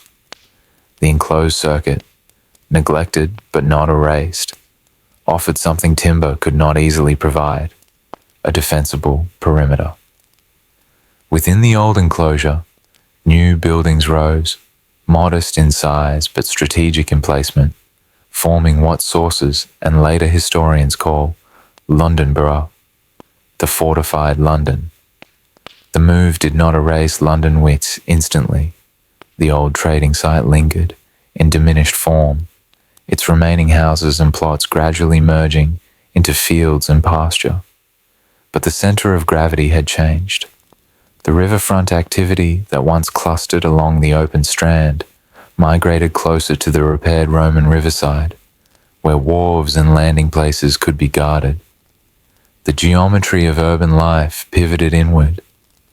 What the raids of 842, 851, and the years around 830 left behind was not just destruction, but a reorientation of London itself. They marked the end of an early medieval phase when the town lived in the wide open air beside the water, and the beginning of a new phase in which stone, defense, and royal policy would shape its growth. Beneath the streets that now carry theatres, markets, and traffic, the soil still holds the parallel stories of these two Londons, one Wick and one Bourg, separated by a lifetime and by the shadow of long ships that once moved silently up the Thames in the grey light of an English dawn. For years, the old Roman walls had stood alone beside the Thames, vast and silent, like the ribs of some long-dead creature exposed to weather and memory. Moss crept between the stones. Ivy crawled across the towers. Inside the enclosure, wind moved freely through empty rooms where clerks once recorded grain accounts and merchants once weighed goods on bronze scales. Foxes made dens where Roman councils once met. Grass covered the grid of streets that had once been bright with trade. The city slept, and no one fully knew how long its silence would endure. Outside its shadow, Lundenwic clung to the foreshore, vulnerable yet resilient. Families mended nets, hammered iron, spun wool, and traded with ships that came on the tide. But the river brought danger as easily as commerce. Viking fleets had entered the Thames again and again. Their longships had cut across the water like knives, their prows gliding past the abandoned Roman wall, while Lundenwic, exposed to the shore, felt the full force of their arrival. By the 880s, the settlement had reached a breaking point. Fear, uncertainty, and the relentless pressure from Danish armies weighed heavily. And beyond the riverlands, a new shape of power was forming, one guided by Alfred of Wessex. When Alfred looked upon the map of southern England, he saw not a landscape of isolated towns, but a network waiting to be fortified, connected, and strengthened. His birth system, fortified centres spaced strategically across his realm, was already changing the nature of English resistance. Each burh served as an anchor for soldiers, a refuge for civilians, and a deterrent against sudden raids. London, however, presented a unique challenge. Its riches were undeniable. Its river, its position, its history. But its living settlement lay outside the one structure that might have saved it, the Roman wall, crumbling though it was. Thus, in 886 CE, Alfred moved with intent. When groups of settlers approached the Roman perimeter under Alfred's direction, they found the walls immense, even in ruin. Some stretches still reached nearly 7 meters in height, their surfaces weathered but solid. Other sections had slumped into ditches filled with wind-blown soil. The old gates were half buried, their arches cracked. Vegetation grew wild in the gaps. To step beneath these walls was to enter a different century. Families paused as they crossed through the openings cleared by Alfred's men. Inside, the air seemed cooler. Sound faded, absorbed by centuries of stone. The outlines of Roman streets were faint, but discernible beneath layers of earth. Long, linear depressions where carts had once rolled. Fragments of tile and pottery glinting in the soil. Wall stumps marking where houses once stood in clean, geometric rows. Many who entered had never seen a Roman city before. To them, it felt like walking into the bones of a giant, hollow, ancient, waiting. Alfred did not impose a Roman plan upon the revived city. Instead, he allowed the ancient streets to guide the new ones. Workmen cleared debris from the major north-south and east-west roads, leaving narrower lanes untouched. Property plots were carved from the interior, their boundaries cutting new patterns across the old Roman grid. Timber halls sprang up beside broken masonry. In some places, Roman stone was quarried to reinforce river defences or support new buildings. The southern wall, facing the Thames, received new attention. Alfred understood that control of the river was control of the region. Timber jetties were rebuilt. A small wharf extended outward where shattered Roman quays once stood. Boats arrived again, some carrying grain, some carrying tools, some carrying the displaced who sought safety within the stone perimeter. As months passed, the city began to breathe again. A smith set up his forge in the shell of an old Roman storeroom, hanging his tools on nails driven into ancient stone. Sparks lit the dark interior as he hammered iron into plough blades and rivets. Nearby, a carpenter chiseled wooden beams, using the remains of a Roman column as a convenient work surface. Children played in the shadow of the walls, their laughter startling the birds that nested in the cracks. A potter rebuilt his kiln near the former forum, using broken Roman tiles as part of the insulating layer. Imported pottery reappeared. Rhenish wares, Rouen jugs, if in fewer numbers than in earlier centuries. Glass beads are found in 9th century layers near the rebuilt streets, their delicate colours marking the return of trade networks across the channel. Bone combs, knives, loom weights, and whetstones show a population settling into routine, mending, working, building. Within the ruined footprint of Roman London, new sacred spaces emerged. Simple timber churches replaced the abandoned Mithraic shrines and decayed basilicas of the imperial era. The hum of prayer returned to rooms that had not held human voices in centuries. Graves began to appear within and just beyond the walls, aligned east to west, marking the Christian identity of this reborn community. Some burials included traces of earlier heritage, a Scandinavian-style brooch beside an Anglo-Saxon knife, or a coin pierced for use as an amulet. These small artifacts reveal a mixed population, Saxons, Britons, and Danes living together under Alfred's restored protection. When Alfred secured London, he gave the burh not only walls, but purpose. He placed the city under the governance of one of his trusted ealdormen and entrusted it with the guardianship of the Thames. London would now stand as the westernmost bastion of the frontier, separating Alfred's territory from the lands ruled by the Danes. The Restoration transformed the political geography of England. The river, once a vulnerability, became a defended artery. Roads leading inward carried new confidence, and the burh, though smaller than Roman Londinium at its height, represented a decisive turn from chaos to order. By the end of the 9th century, smoke rose each morning from hearths beneath repaired roofs. Tools rang against anvils. Traders gathered near the river. The old Roman walls, once symbols of abandonment, now encircled a living population once more. London had been reclaimed, not as a Roman city, nor as the open wick it had been, but as Lundenburg, a fortified medieval stronghold where ruin had been shaped into resilience. And from this moment of restoration, the city would begin its long climb toward becoming the heart of a kingdom, then of a realm, and eventually of an empire. London had learned, across 1,000 years, that power seldom arrived quietly. It came by river and road, in the creak of wagons and the glint of spearheads, in banners raised against a low English sky. Yet even by these old measures, the autumn of 1066 felt different.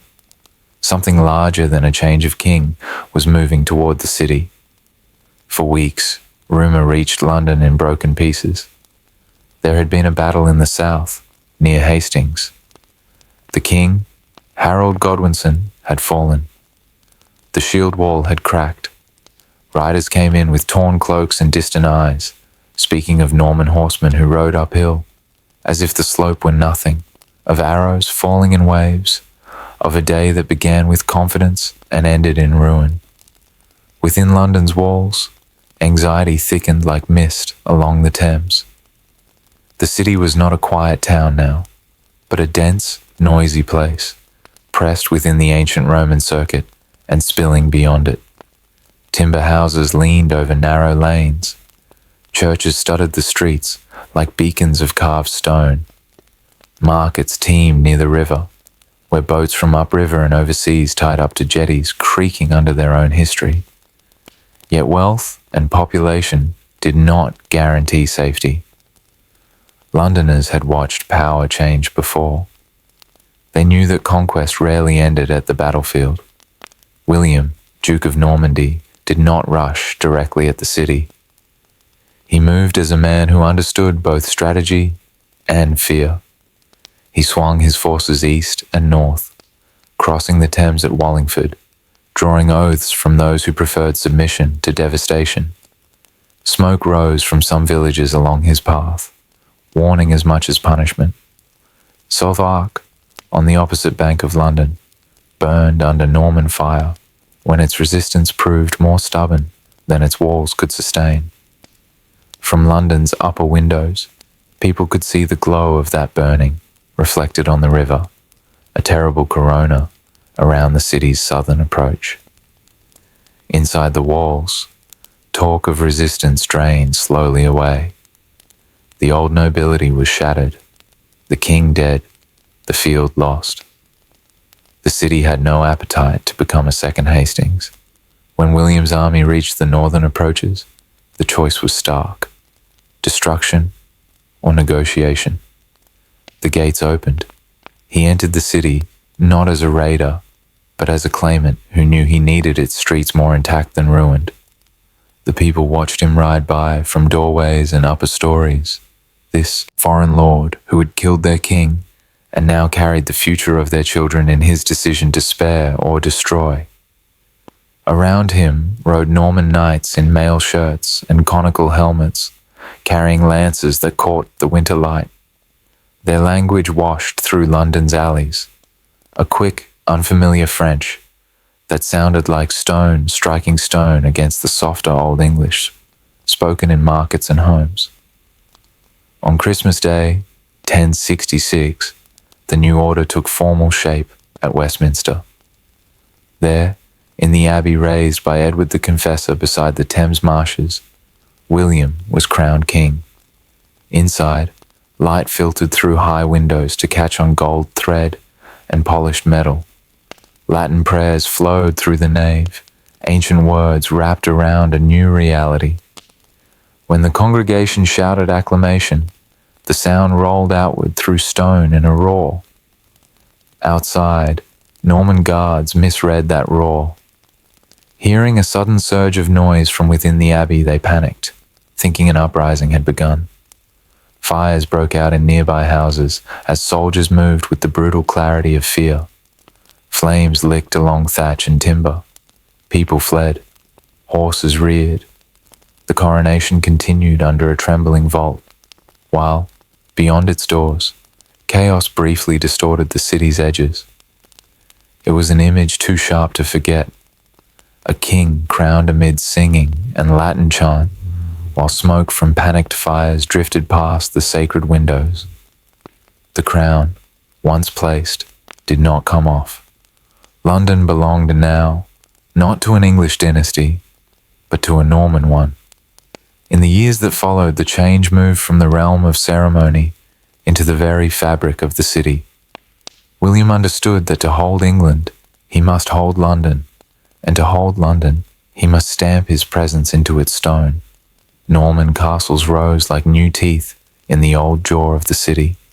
At the western riverfront, at Baynard's Castle and Montfichet's Tower, strongholds took shape. But most important of all was the fortress planned at the southeast corner of the Roman wall, where the boundary met the Thames. Here, around 1078, masons under the direction of Gundulf, Bishop of Rochester, began to raise what would become the White Tower. Stone arrived by barge, quarried from Kentish hills, and ferried along the river that had already seen Roman galleys, Saxon boats, and Viking longships. Now it bore another transformation. Lime kilns smoked along the shore. Timber scaffolding climbed in skeletal lines against the sky, wrapping itself around a rising geometry unlike anything else in London. Workmen chipped and fitted pale blocks into thick walls. The sound of metal on stone rang day after day, a slow percussion marking the advance of foreign architecture into an English skyline. The keep grew, level by level, its corners squared, its walls thrusting upward to a height that dwarfed nearby houses and churches. Narrow windows pierced the stone like careful cuts, more for light and controlled vision than for air. Within, vaulted chambers and spiral stairs took shape, a honeycomb of spaces designed for lordship and defense. To the river below, the tower's mass became an unignorable fact, imposing itself on every boatman who passed. For Londoners, the psychological effect was immediate and enduring. The tower did not merely stand in the city, it stood over it. It was both fortress and language, a sentence in stone that said, "The Normans are here, and they intend to remain." From almost any open vantage within the walls, its pale surfaces could be glimpsed, a constant presence above roofs of dark wood and tile. Sunlight turned its stone almost white at noon, then left it a deepening shadow as evening came. The city's own weather now had to wrap itself around this new shape. Yet, London did not simply submit and forget. Life continued in lanes and yards where the conqueror's gaze did not always reach.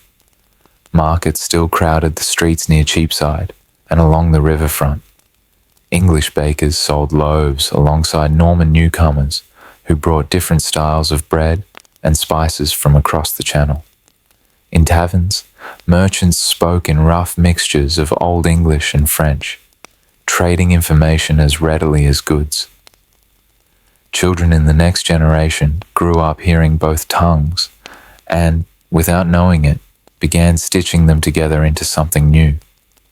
Churches captured this blending in stone. Older foundations, small and simple, stood beside new constructions in the Romanesque style. Heavy pillars, thick walls, rounded arches carved with unfamiliar patterns. Normans endowed monasteries and rebuilt churches, using the language of continental architecture to express authority and piety. Liturgies continued in Latin, but the words spoken in porches and churchyards after service drew from two cultures, not one. The law changed as well. Norman lords took over large estates within and beyond the city. Courts heard disputes under the eyes of men who owed their positions to William's gift. English customs persisted where they could, but slowly bent beneath new pressures. Charters were written in Latin, transactions negotiated in a tangle of languages, and the city's governance shifted toward those who could navigate this altered world. On the streets, the change was visible in clothes as much as buildings. Long English tunics moved beside the shorter cloaks and different cuts of Norman fashion.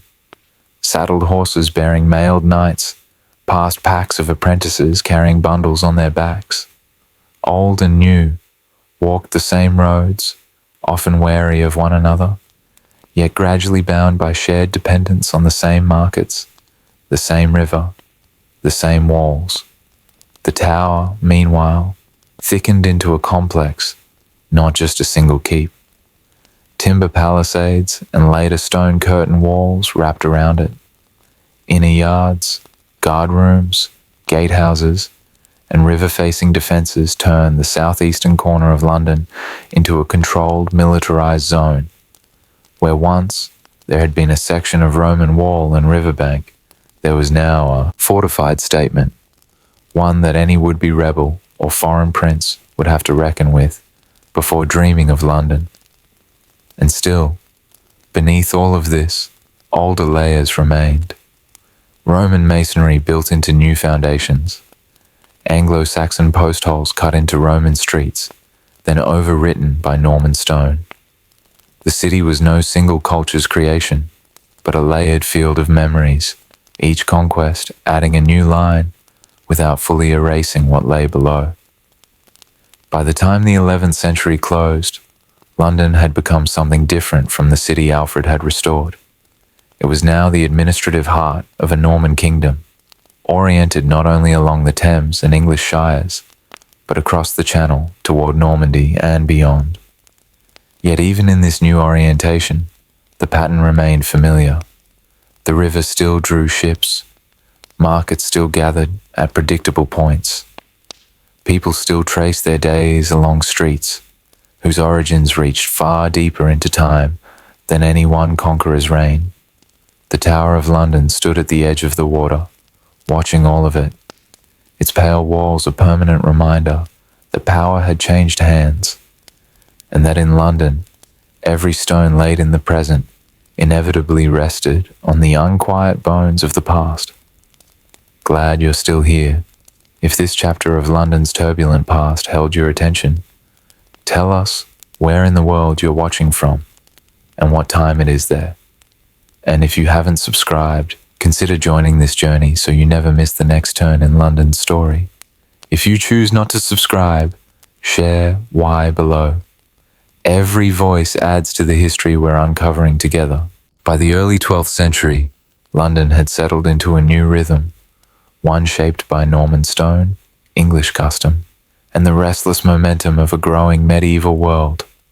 The city lived inside and outside the Roman walls now, its neighborhoods curling along the roads like tendrils of ivy seeking space and light.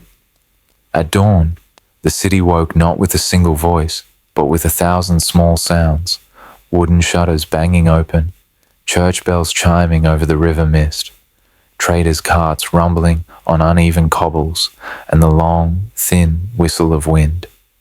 To walk these streets was to move through a tapestry of sensations.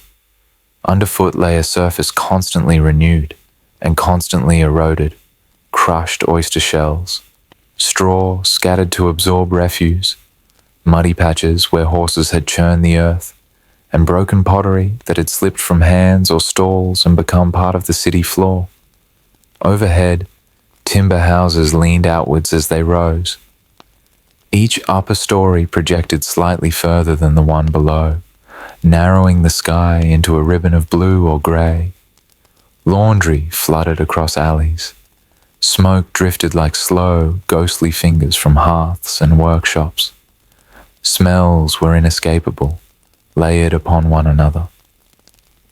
The sharp tang of tanned hides, yeast rising from brewery vats, spices warming in iron pans, the earthy musk of sheep waiting in pens at Smithfield, incense wafting from churches, the sourness of open drains that ran down the middle of many streets, and always, beneath them, the Thames, carrying silt, salt, and centuries of memory. This was medieval London, not clean, but alive in every surface and every breath. By 1150, Cheapside had become the undisputed heart of commerce. It was not a single market, but a constellation of specialized streets. Milk Street, Bread Street, Honey Lane, Ironmonger Lane, Poultry, Mercer's Row, Goldsmith's Row, Cordwainer Street. Each carried its own scent, its own cacophony, its own rhythm. In the luminous hours after sunrise, Cheapside filled with voices, haggling, singing, calling, arguing. Stalls lined the street in tight rows. Heavy scales clanged as merchants weighed goods. The thump of cleavers echoed from butcher blocks.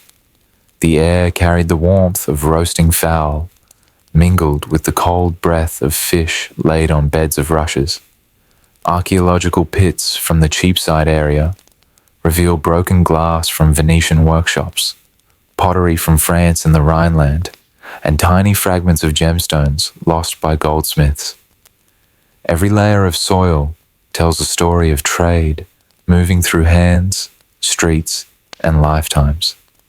As the city grew, guilds emerged not simply as professional organizations, but as guardians of identity and order.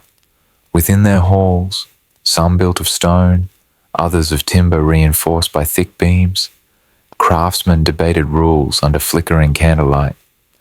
Apprentices listened with bowed heads as masters recited statutes they must follow. Feasts marked the rhythms of the year, with tables filled by bread, ale, salted meats, and songs that drifted out into the streets after midnight. Guilds shaped the city more profoundly than any king. They regulated prices and quality. They inspected tools and workspaces. They supported widows and the poor of their craft. They marched in civic processions, banners lifted high, each one painted with symbols that marked centuries of craftsmanship. To belong to a guild was to belong to London itself. The completion of the stone London Bridge in 1209 altered London's relationship with the Thames forever. The old wooden bridges had been transitory, constantly rebuilt. This one was different, permanent, heavy, architectural. The bridge rose on 19 arches, each one narrowing the river's flow and turning the water beneath into violent currents that churned like trapped storms.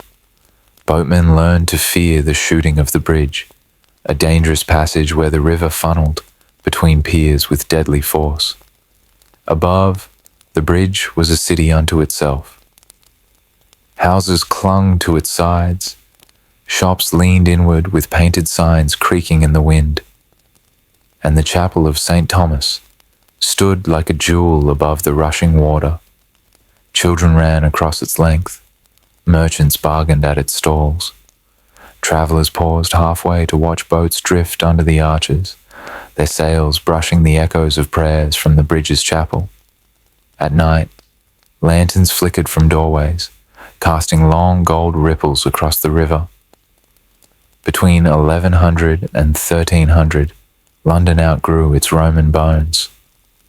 To the west, the road to Westminster became a corridor of life. Monks, clerks, messengers, beggars, nobles on horseback, and traders heading toward the palace precincts. To the north, open fields near Smithfield filled with livestock and later with homes. Here, the city's breadth expanded into pastures and returned as streets.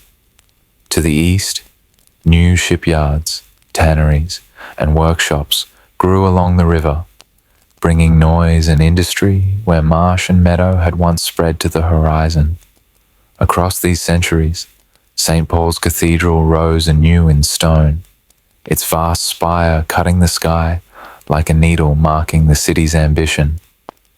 Monasteries multiplied, their cloisters offering stillness amid the city's growing roar. By the 13th century, London had become a crossroads where languages mingled like the smells of the markets. One could hear Norman French in noble courts, English from craftsmen and traders, Latin from clerks and scholars, the accents of Flemish weavers, the tones of Italian merchants, the quiet Hebrew of London's Jewish communities, and the clipped consonants of Hanseatic traders from the Baltic's cold harbours. The city was immense, restless, and layered. Its streets a conversation between centuries. By 1300 CE, London had become a metropolis in every sense, pulsing with human energy from sunrise to the darkest hours of the night. Taverns glowed with firelight. Church bells marked the unfolding of days. Markets swelled with bodies and voices. The guilds shaped the rhythms of work. The bridge carried the weight of entire neighborhoods. The tower cast its long shadow as symbol and sentinel. Here was a city no longer merely surviving history, but shaping it. One market, one guild, one street at a time. By the middle of the 14th century, London stood as one of the great cities of Christendom, its markets swollen with trade, its guilds humming with craft, its churches tolling across a river, thick with ships and ambition. The city had outgrown its Roman shell and stretched itself across the Thames Valley like a living tapestry. But prosperity could not shield it from what approached. In the late summer of 1348, a ship entered the Thames estuary carrying something no sentry could repel, no wall could bar, no guild could regulate. The vessel bore not only goods and sailors, but a shadow, an invisible weight that had already fallen across the ports of Europe. The news arrived before the symptoms, whispers of a pestilence that moved like a dark wind from the east, emptying towns in its path, darkening streets with bodies, and leaving behind a silence too heavy for the living to carry. When the plague reached London, it entered quietly at first. A few unexplained deaths in the port districts, a sudden illness in the crowded lanes near Billingsgate, merchants falling sick after unloading cargo. But the city, accustomed to outbreaks of disease, did not yet understand what was coming. As the cold tightened its grip on the river and frost rimmed the edges of rooftops, the sickness deepened. People collapsed in the streets, taken by fevers that burned through the body with terrifying speed. Buboes, those dark swellings at the neck, armpit, and groin, appeared like marks of doom, swelling until the skin broke beneath the pressure. The city's physicians, few in number and bound by limited knowledge, flailed for explanations. Some blamed bad air rising from the Thames. Others whispered of divine punishment. All found themselves powerless. By the turn of 1349, death moved through London like a tide, not in waves, but in a steady, crushing advance. The markets of Cheapside, once thick with life, changed first. Stalls stood empty, bread sellers stopped shouting their prices. Fishmongers laid out smaller and smaller catches as their suppliers died. Goldsmiths shuttered their doors. The street that had once carried the sense of roasting meats, spices, and fresh fruit now carried only the heavy, damp smell of abandonment. In the alleys, the cries of traders were replaced by the cries of the dying. As the plague spread, the bells of London took on a new rhythm. They rang not for weddings or holy days, but for funerals, unceasing, echoing across the rooftops with a cadence that seeped into the city's bones. Some churches tolled the bell so constantly that the ropes wore thin. Monks and priests moved through the streets carrying candles and chanting prayers for the dying. Yet their steps slowed with each passing day, for the plague did not spare them. Entire monastic houses fell silent as their residents succumbed. The smell of the city changed. Smoke from hearths grew scarce as families left their homes or died within them. The stench of unburied bodies spread along lanes too narrow for carts. Residents began to stuff their nostrils with sweet herbs or vinegar-soaked cloths, but nothing masked the odor of death. Graveyards filled quickly. St. Paul's churchyard overflowed. Parish plots that had served generations could no longer hold the dead.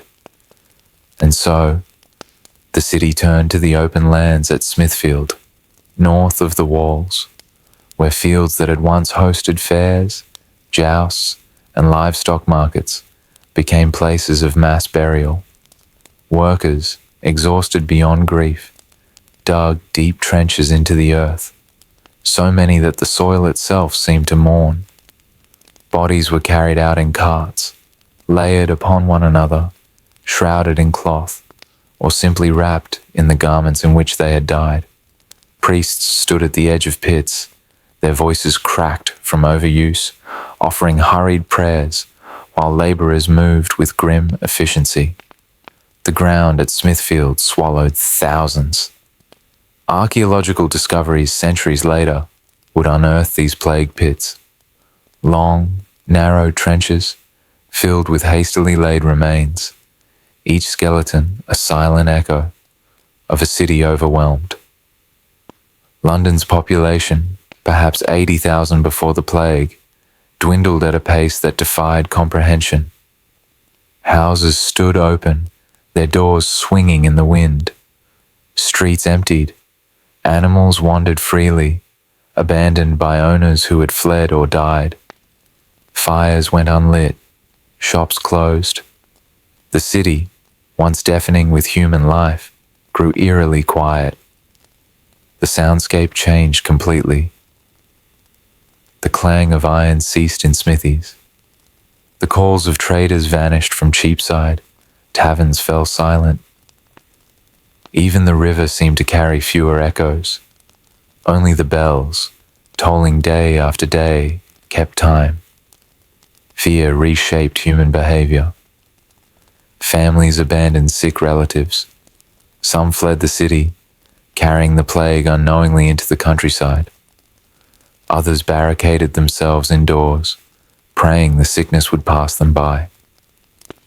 Clerks recording wills found themselves overwhelmed. Courts faltered as officials died. The machinery of civic life strained under the weight of absence. And yet, amid despair, moments of profound humanity flickered. Neighbors nursed one another despite the risk. Priests continued last rites until they themselves succumbed. Strangers helped bury the dead when no family remained. The plague did not only test London's endurance, it revealed its soul. By late 1349, the tide of death began to recede, not because the plague had been defeated, but because it had taken so many that fewer remained to infect. Slowly, the bell tolls quieted. Markets reopened with tentative steps. A few shops lifted their shutters. Farmers re-entered the city with produce. Trade, cautious at first, began to trickle back. But London was not the same. Fields lay untended. Crafts were disrupted. Entire parishes had lost their clergy. Wealth shifted abruptly, as inheritances passed rapidly from one person to another. Labor shortages transformed wages and social structures. The city that emerged in 1350 was smaller, haunted but alive. Over the next decades, London rebuilt itself with new laws, new workers, and new possibilities. The survivors carried the memory of empty streets and mass graves, a memory that shaped their children and echoed in the city's rhythms. The Black Death did not destroy London. It humbled it, it scarred it, and it forced the city to adapt, opening the path toward the profound economic and social changes that would mark the later Middle Ages. But for those who lived through 1348 to 1350, the memory was simpler and heavier, a city of silence, bells, and earth filled with the countless unnamed. In the decades after the Black Death loosened its grip on London, the city breathed again, but with lungs permanently changed. Whole trades had vanished. Land lay untended. Guilds struggled to rebuild their ranks. Wages rose as labor grew scarce, and with each passing season, a new unease entered the kingdom's bloodstream. London, swollen once more with people, carried this tension quietly at first, like a subtle shifting beneath old foundations. By the late 14th century, England stood at a point of strain. War with France drained the treasury. New taxes pressed heavily on villages already worn thin by plague, and the people, who had survived one catastrophe only to inherit another, found themselves caught between hunger and authority. It was in this unsettled soil that the Peasants Revolt of 1381 took root, rising first in the countryside and then sweeping toward London like a storm, gathering speed across open fields. It began in Essex and Kent, where local officials attempted to enforce a deeply unpopular poll tax, one that demanded payment not from households, but from every individual, rich or poor. Villagers who had seen half their kin buried in plague pits a generation earlier balked at the idea. When a tax collector assaulted the daughter of a man in Brentwood, resistance turned into open defiance. Local men refused to comply. Officials were driven out. Word traveled swiftly, carried along roads that wound between villages and through market towns. Anger grew with every retelling. Names like Wat Tyler, Jack Straw, and John Ball entered the air like sparks. And as those sparks drifted toward London, the city felt a shift, subtle at first, then unmistakable. By June 1381, the rebels' numbers had swelled into the thousands. They marched toward the capital, not as a scattered mob, but as a force with shared grievances. Many bore simple weapons, staffs, sickles, axes meant for wood rather than war. Others carried bows. All carried the memory of exploitation, of high taxes, corrupt officials, and laws that bound laborers to lords in an age when death had made labor irreplaceable. From Southwark to Blackheath, from Essex fields to Kentish villages, crowds converged. They were not silent. They sang, shouted, demanded change. And above their voices rose the sermon-like cry of the radical priest John Ball, whose words echoed across the gathering. When Adam delved and Eve span, who was then the gentleman? It was both question and accusation. It lingered in the air as the rebel host approached London's gates. The city did not resist at first. Many Londoners sympathized with the rebels' frustrations. The gates at Aldgate and Southwark opened, some willingly, some under pressure. The rebels poured in, filling the city's narrow lanes, their footsteps pounding on cobblestones, still marked by plague years and the passing of countless lives. Inside the walls, emotions ran high. Merchants shuttered their shops. Guildsmen gathered in uneasy clusters. Priests prayed over hurriedly lit candles, and the young King Richard II, only 14 years old, took refuge first in the Tower of London, a fortress whose Norman stones had weathered 2 centuries of power struggles. For 2 days, London became a city balanced on a knife edge, its streets swollen with strangers, its citizens uncertain whether to fear or welcome them. The rebels, fueled by anger against corruption, targeted the city's institutions. They stormed Newgate Prison, freeing inmates. They burned the Savoy Palace, home of the king's powerful and unpopular uncle John of Gaunt. The palace's storerooms, tapestries, and silver were destroyed by fire and force. Witnesses later spoke of the glow rising above the Thames, illuminating the water with an infernal light. The smell of burning timber and fabric drifted through the city. The sound of collapsing beams rolled across the river like thunder. London had seen great fires before, but this one carried a moral weight, a fire set not by accident or misfortune, but by fury.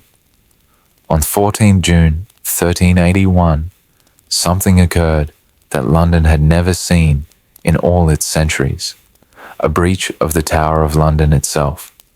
The fortress, long believed impregnable against foreign armies, was overwhelmed from within.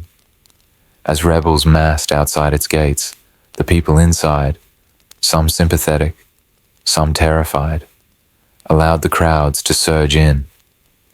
The tower's heavy doors opened, and thousands poured through. Within its walls were some of the kingdom's most powerful figures, the Archbishop of Canterbury, royal officials, nobles, and ministers whose decisions had shaped the kingdom's fate. They were dragged from sanctuary and executed, their blood staining the stones of the fortress that had once protected kings.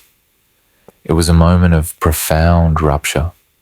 The tower, symbol of authority since Norman times, had fallen not to foreign invaders, but to the anger of England's own people. After 2 days of turmoil, King Richard II rode out to meet the rebels at Smithfield, not far from the mass graves left by the Black Death 3 decades earlier. The choice of place felt heavy, as if the ground itself remembered suffering. Accounts of that meeting differ in detail, but all agree on the tension in the air. Thousands gathered, hoping for justice or fearing betrayal. Wat Tyler approached the king, speaking boldly of reforms, the end of serfdom, fair rents, accountable officials. What happened next remains debated. A misunderstanding? A provocation? An accident? Whatever its cause, the clash came swiftly.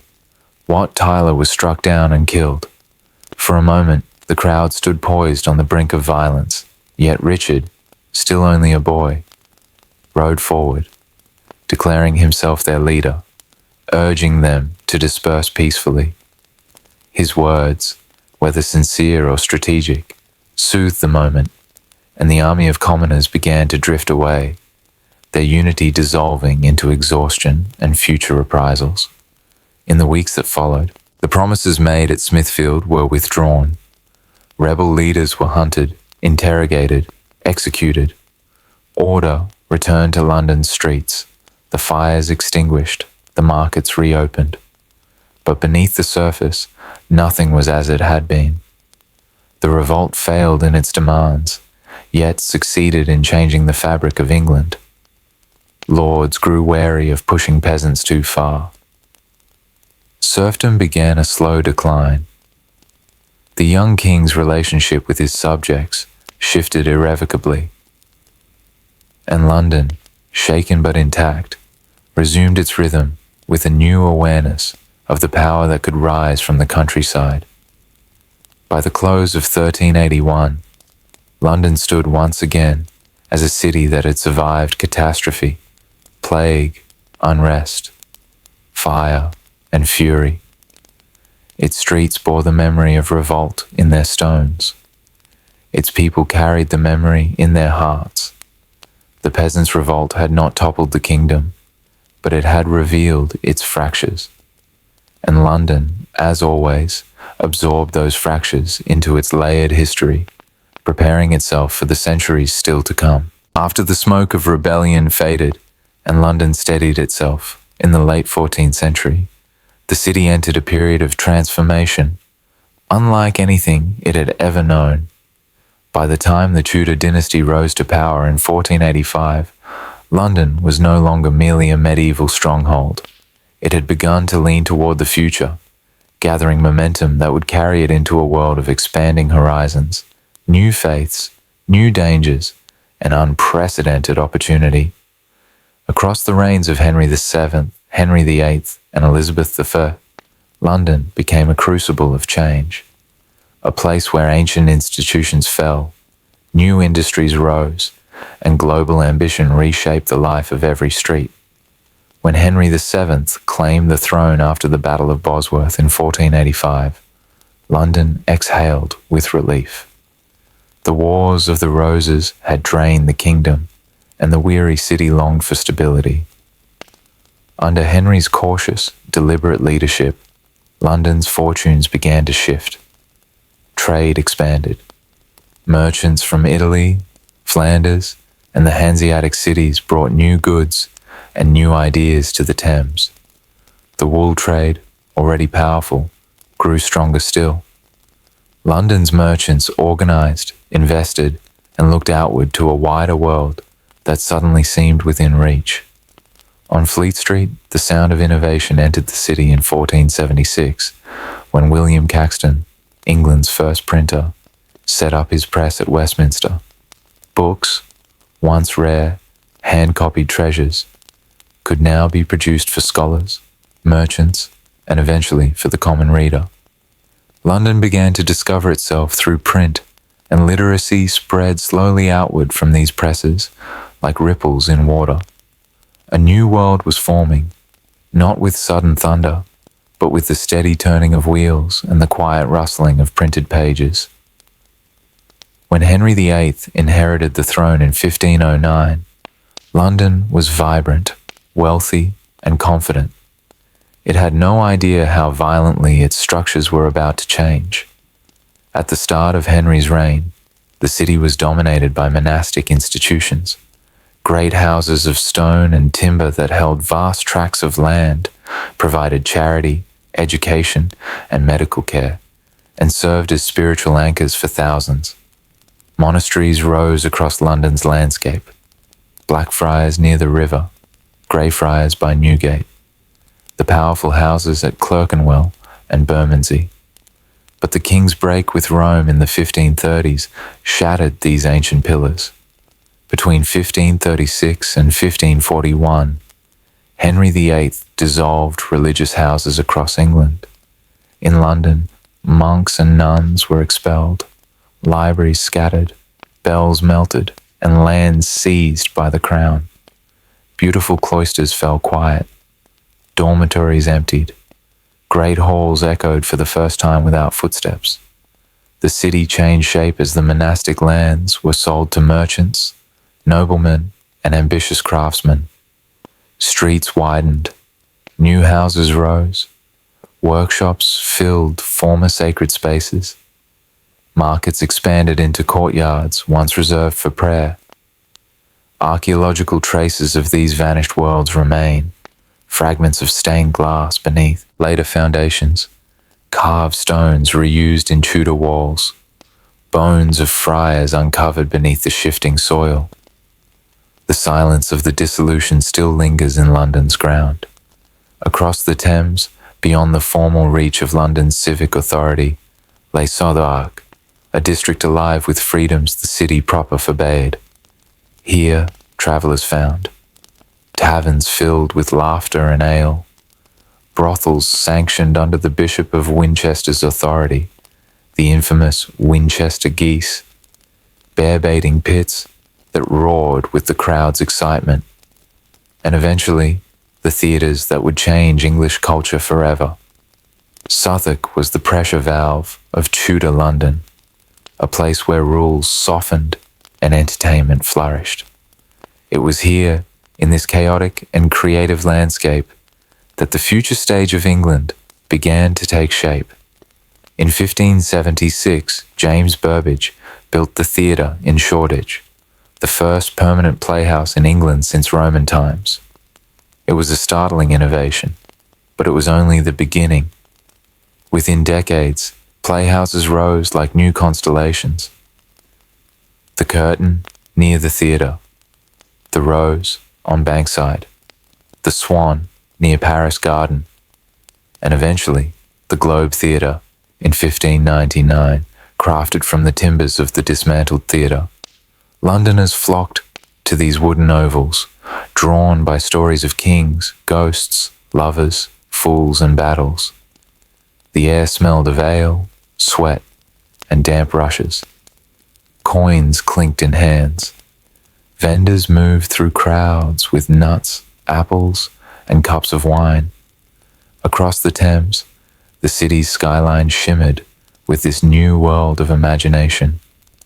The theatre became the pulse of late Tudor London, a place where Shakespeare, Marlowe, and their contemporaries shaped the English language itself. As culture flourished, so too did commerce. In 1566, during the reign of Elizabeth I, financier Sir Thomas Gresham founded the Royal Exchange, an immense commercial building modelled on the bourses of Antwerp and Bruges. Within its open courtyard, merchants from across Europe bargained in dozens of languages. Goods from the Levant, Baltic, Africa, and the Americas shifted hands. And London's identity as an international trading power solidified. The exchange became the symbol of a new economic order, one that looked across oceans rather than merely across the Channel. When Elizabeth I ascended the throne in 1558, London held perhaps 200,000 people, a city bursting beyond its limits. Streets grew more crowded, the Thames more congested, ships packed with wool, spices, wine, furs, and metals lined the quays from Billingsgate to Queenhithe. Explorers returned with tales of distant continents. The Muscovy Company opened trade with Russia. The Levant Company looked east. Drake circumnavigated the globe. London stood at the edge of a widening world, its merchants dreaming in continents rather than counties. But this new age carried dangers too. The plague that had haunted Europe for centuries erupted again in Tudor London. Outbreaks in 1563, 1592, and 1603 killed tens of thousands. When plague arrived, a terrible quiet spread through the streets. Theatres were closed by royal order, markets restricted, doors marked with red crosses, and watchmen stationed to keep the sick inside. The bells tolled again, as they had in the years of the Black Death, each chime a reminder that no amount of prosperity could silence the old enemies of disease and fear. Yet London endured. It always endured. During the Tudor era, Fleet Street became a centre of printing, law, and communication. Printers set type late into the night, their presses bringing pamphlets, proclamations, and ballads into the hands of Londoners. Inns along the street filled with lawyers, clerks, poets, and travellers discussing news from the continent and the court. Here, the written word found a home, and from Fleet Street, ideas spread outward like sparks caught in the wind. By the time Elizabeth I died in 1603, London had transformed. Its medieval structures survived only as shadows beneath a city driven by ambition, trade, culture, and global vision. The theatres roared with life. Ships rested at every wharf. The Royal Exchange buzzed with languages from every corner of Europe. Southwark thrived in its unconventional freedom. Fleet Street carried the heartbeat of a new literary age. London stood on the threshold of modernity, larger, louder, richer, and more complex than ever before. And the centuries ahead would push it further still into fire, rebirth, empire, and the unending evolution of a city that has never stopped remaking itself. By the middle of the 17th century, London had become the restless heart of a kingdom no longer able to contain its own contradictions. The Tudor age had left the city larger, wealthier, and more interconnected than any generation before it. The early Stuart reigns added new tensions, religious uncertainty, royal extravagance, and a rising sense that Parliament, merchants, and common citizens were beginning to expect a voice equal to kings. By 1640, London was entering the most volatile chapter of its history, a city of printers and preachers, merchants and soldiers, apprentices and aristocrats, all living within narrow streets that funneled rumour faster than the Thames carried its tide. It was here, in these crowded lanes and echoing chambers, that the English Civil War first gained shape, not as a distant conflict, but as a fire fed by the city's own breath. When Charles I summoned the Long Parliament in November 1640, he hoped to secure funds for war against Scotland. Instead, he encountered a city and a parliament unwilling to accept royal demands without change. London's merchants, angered by disrupted trade, sided with parliamentary leaders. Puritan preachers denounced the king's policies from pulpits across the city, their words echoing through parishes from Southwark to Shoreditch. The streets filled with debate. Coffee houses, new arrivals in London's social life, became centres of political argument. Apprentices gathered at Cheapside, shouting support for Parliament. Pamphlets appeared daily, printed in small workshops along Fleet Street, their bold black type announcing grievances, manifestos, and accusations. The city's printers had never been busier. The pamphlets were weapons as powerful as muskets. They shaped opinion, inflamed passions, and moved faster than any royal proclamation could counter.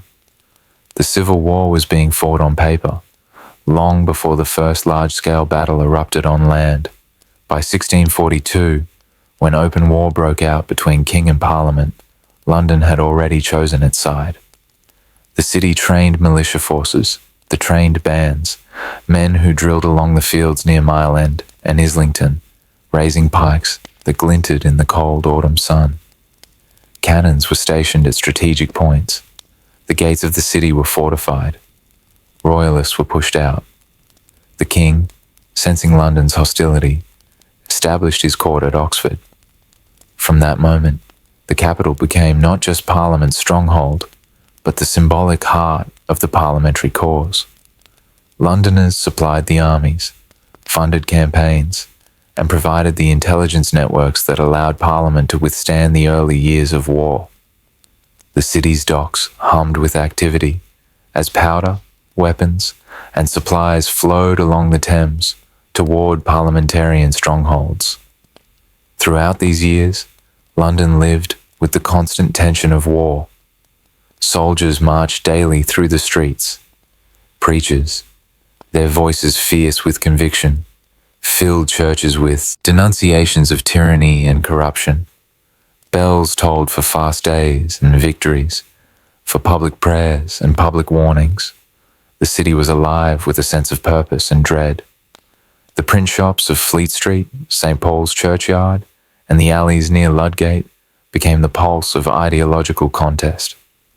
Printers worked by candlelight into the early hours, their presses thudding rhythmically as they produced. Sermons calling for reform, speeches from Parliament, accounts of battles, political cartoons mocking royal advisors, and radical pamphlets advocating ideas that would have been unthinkable a decade earlier. Some pamphlets called for greater rights for common people. Others criticized Parliament for being too timid. A growing chorus of voices demanded accountability from those who ruled. London's print culture became a revolution in itself, giving the Civil War its intellectual fire. For many historians, London in the 1640s is one of the earliest examples of mass political literacy, a moment when the written word reshaped power. Though London did not fall to battle, the war brushed its borders. Royalist forces threatened the capital in 1643, advancing as far as Brentford, before being driven back by the trained bands. The alarm of those days stayed with citizens long after the immediate threat faded. Londoners began storing food, reinforcing homes, and holding watch at night. Camps formed on the outskirts. Sick and wounded soldiers arrived from distant battlefields. Refugees from the countryside poured in, bringing stories of burning villages and divided families. London felt the weight of war, even without the scorch of battle on its own stones. By 1646, after years of struggle, Charles I surrendered to the Scottish forces. Parliament seized control of the kingdom, yet the peace proved brief. Negotiations broke down. Armies shifted allegiance. London watched anxiously as factions deepened. When the king escaped custody in 1647 and attempted to reignite the war, London's patience fractured. Parliament allied with the new model army, which marched through London in a quiet but undeniable assertion of force. Soldiers patrolled the streets.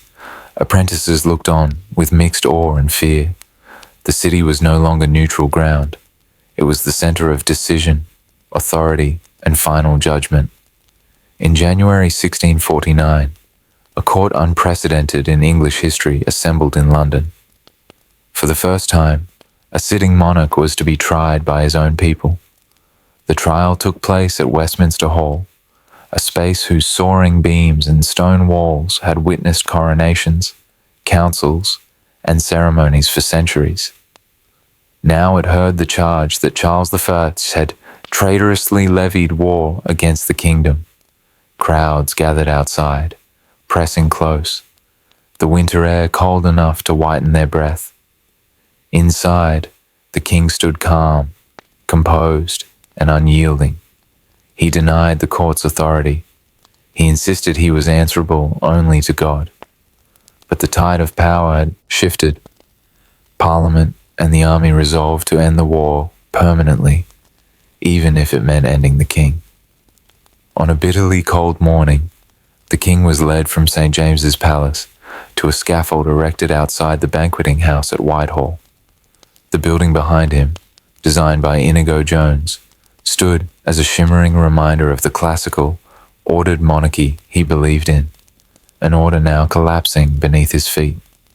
London held its breath. Crowds filled the street, packed shoulder to shoulder. Soldiers formed thick lines to control movement. The air smelled of frost and smoke from nearby hearths. People strained to see, some silent, others praying. Charles I, wearing two shirts to avoid shivering in the cold and appearing afraid, addressed the crowd with dignity, asserting once more that he died a martyr to the rights of kings. His voice carried across the still air, steady and clear. Moments later, with a single stroke of the executioner's axe, the monarchy fell. A groan rose from the crowd, not triumph, but a deep, unsettled sound, as if the city itself trembled at what had just occurred. A cloth dipped in the king's blood was held up as proof. The executioner's identity remained concealed behind a mask, and above them all, the winter sky remained stark and indifferent. In the aftermath, London entered a strange new era. England became a commonwealth. Royal emblems were removed. Traitors were punished. Government restructured itself without a crown. But the people of London, who had seen plague, rebellion, and now regicide, understood something deeper. The city had crossed a threshold from which it would never return.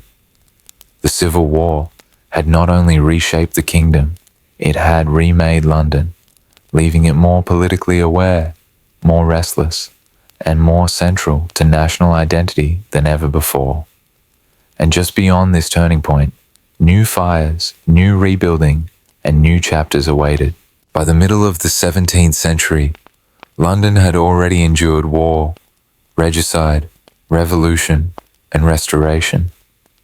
Its people had watched kings fall, parliaments rise, and armies sweep through its streets.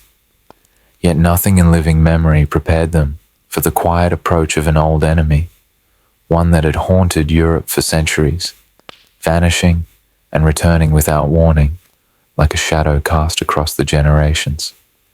The year was 1665, and the city stood on the brink of one of the darkest episodes in its long and troubled history, the Great Plague of London.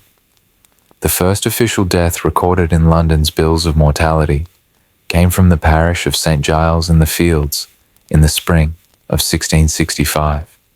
This district, lying just beyond the built-up western edges of the city, was a place of poverty, narrow alleys, cramped dwellings, and overcrowded lodging houses where disease moved quickly. A tailor's assistant, living in one of the decaying tenements, fell ill with a fever that worsened rapidly. Within days, he died. His body bore the unmistakable marks, swollen buboes, dark blotches upon the skin, a final delirium that even the city's most experienced physicians could not mistake. Rumors began to drift through taverns, markets, and churchyards. People whispered that the plague, had returned.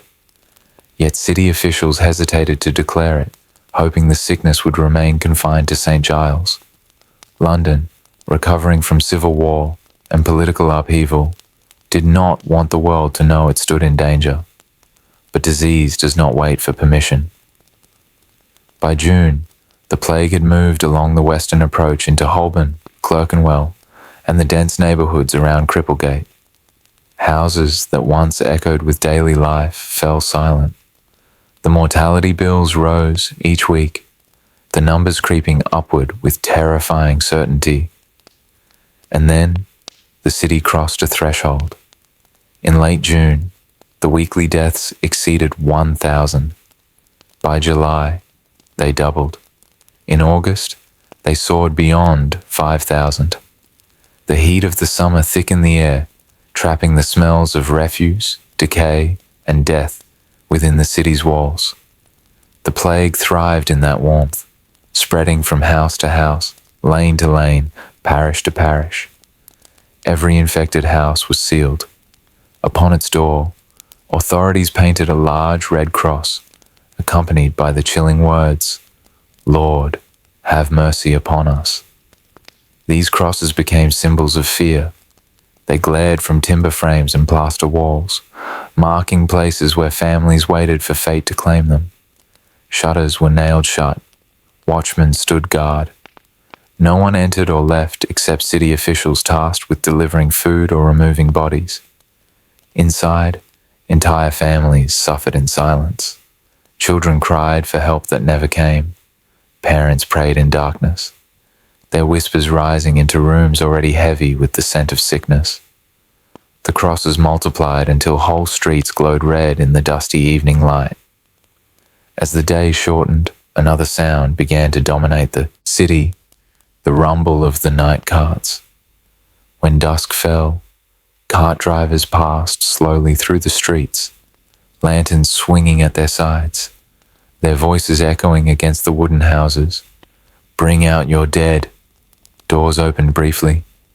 Bodies wrapped in blankets or nailed inside coffins were carried out by grieving relatives or desperate neighbors. The carts filled with unnatural speed.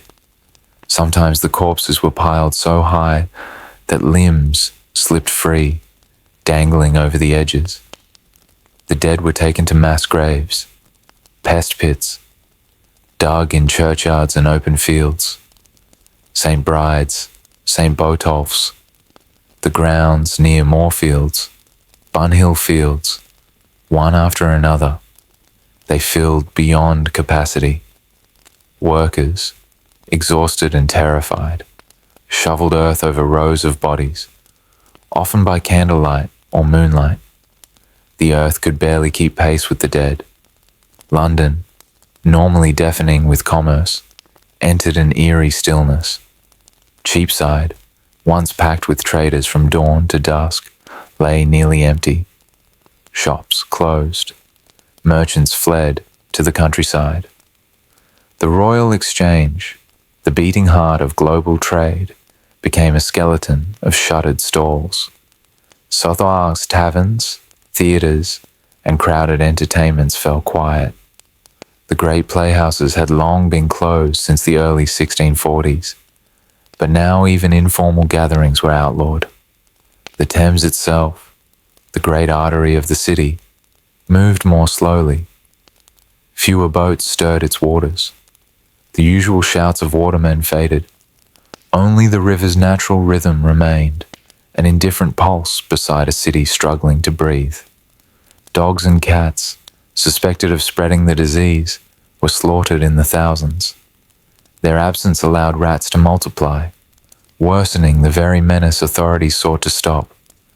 Fear steeped every corner of the city. Those who could afford to leave fled. Nobles, merchants, and even physicians abandoned London for country estates. The court moved out. Parliament adjourned. But those with nowhere to go remained. The poor, the labourers, the apprentices, the widows, the sick. They faced the plague with limited means, limited knowledge, and limitless dread. And amid this suffering, acts of astonishing courage emerged. Nurses, though often feared for spreading infection, delivered food and care. Parish clerks recorded the dead until their hands trembled from exhaustion. Grave diggers continued their labour, even as mortality soared among them. Clergymen offered prayers through shuttered windows, calling blessings into rooms they dared not enter. The plague revealed the soul of London, its cruelty, its compassion, its terror, and its resilience. By September, after the hottest months had passed, the plague's grip finally began to loosen. Weekly mortality dropped, though the numbers were still dreadful. The cooler air slowed the spread of infection. The city resumed a cautious rhythm. By February 1666, the plague was effectively gone, leaving behind devastation on a scale the city had not witnessed since 1348. More than 70,000 Londoners had died. Some estimates suggest even higher numbers, hidden by incomplete records and unreported deaths. The people who emerged from that winter were transformed. They carried grief in their eyes and uncertainty in their steps. But London, even in the shadow of this tragedy, prepared, as it always had, to rebuild. They could not know that only months later, in September 1666, another catastrophe would descend upon them, one of fire, not disease, altering the city's shape forever. In the months that followed the retreat of the Great Plague, London tried to remember how to breathe. The bells tolled less often. Doors no longer bore red crosses. The night carts were gone. Yet a heaviness still clung to the city, as if the very air remembered the sorrow that had passed through it. By the end of summer, 1666, the worst seemed over. Markets reopened. Merchants returned to their stalls. Children played again in alleys once marked by silence. Yet beneath this fragile revival lay a truth London had not yet faced. The city had become a tinderbox, a maze of narrow timber buildings packed tightly within medieval streets that had not been redesigned for centuries. And so, when disaster came again, it moved not like the slow spread of plague, but like a beast unleashed. It happened in the early hours of 2nd September 1666 in a small bakery on Pudding Lane. Just after midnight, in the bakery of Thomas Fariner, embers from the oven ignited stored kindling. The heat climbed the wooden walls, finding cracks, beams, and the dry timbers of a house that had stood since the medieval age. Sleepy neighbours awoke to the smell of smoke curling beneath doors, the crackle of burning wood, the dull roar of flame taking hold. Within minutes, the fire had leapt across the narrow lane. The houses, many leaning forward on upper stories, offered little resistance. Their beams acted like bridges, carrying fire from roof to roof. Strong winds from the east fanned the flames, turning a small kitchen accident into a moving wave of destruction. The fire rushed downhill toward the Thames, consuming houses near Fish Street Hill. The heat grew so intense that windows shattered before the flame reached them, exploding in a burst of shimmering fragments. And above it all, an orange glow spread into the night sky. By dawn, Londoners poured into the streets, stunned by the spectacle unfolding before them. The fire raged along the river, leaping from warehouses to wharves, where barrels of oil, pitch, and spirits fed it like fuel to a hungry machine. Flames twisted into the air, their edges sharp and alive, like creatures with minds of their own. People ran carrying whatever they could, bundles of clothing, small chests of valuables, a single book or painting saved from a lifetime's collection.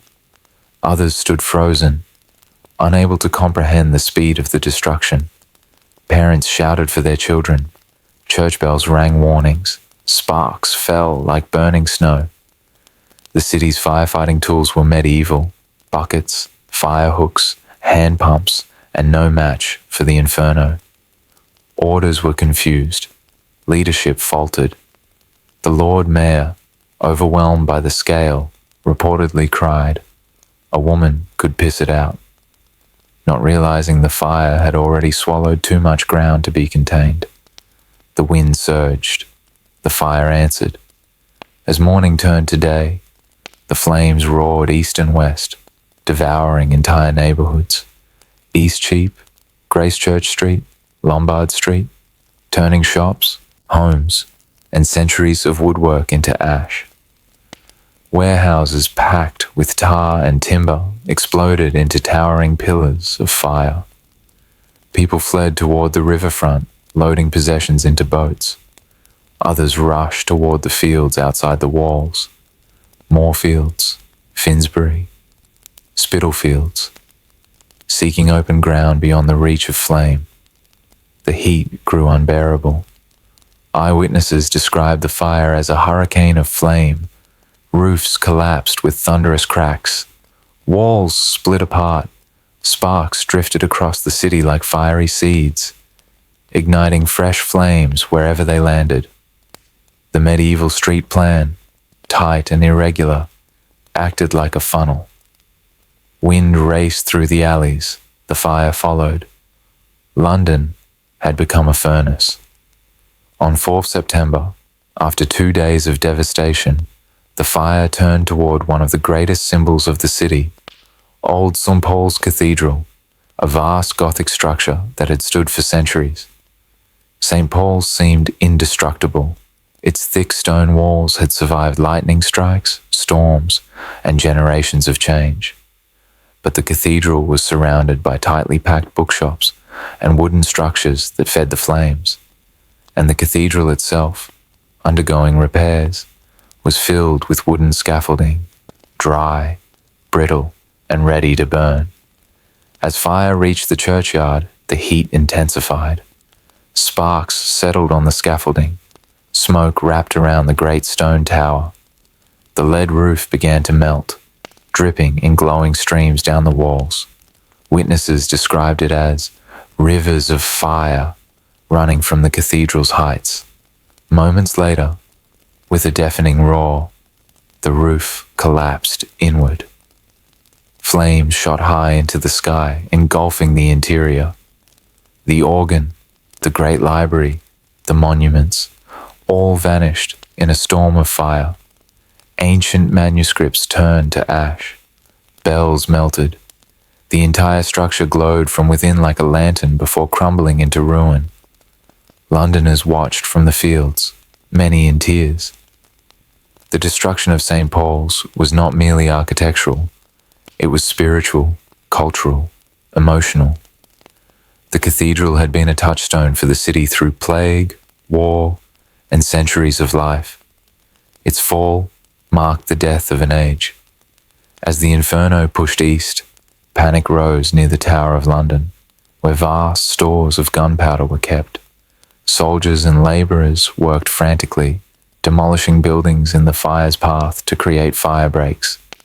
The flames approached the fortress walls, licking at stone and timber, threatening to ignite the powder magazines that could obliterate half the city. Miraculously, the demolitions held. The tower survived. On 6 September, after 4 days of relentless burning, the wind finally dropped. Exhausted firefighters and citizens demolished buildings to halt the fire's advance. Rain threatened. The flames, deprived of fuel and driven less fiercely by wind, collapsed upon themselves. What remained was a landscape unlike anything London had ever seen.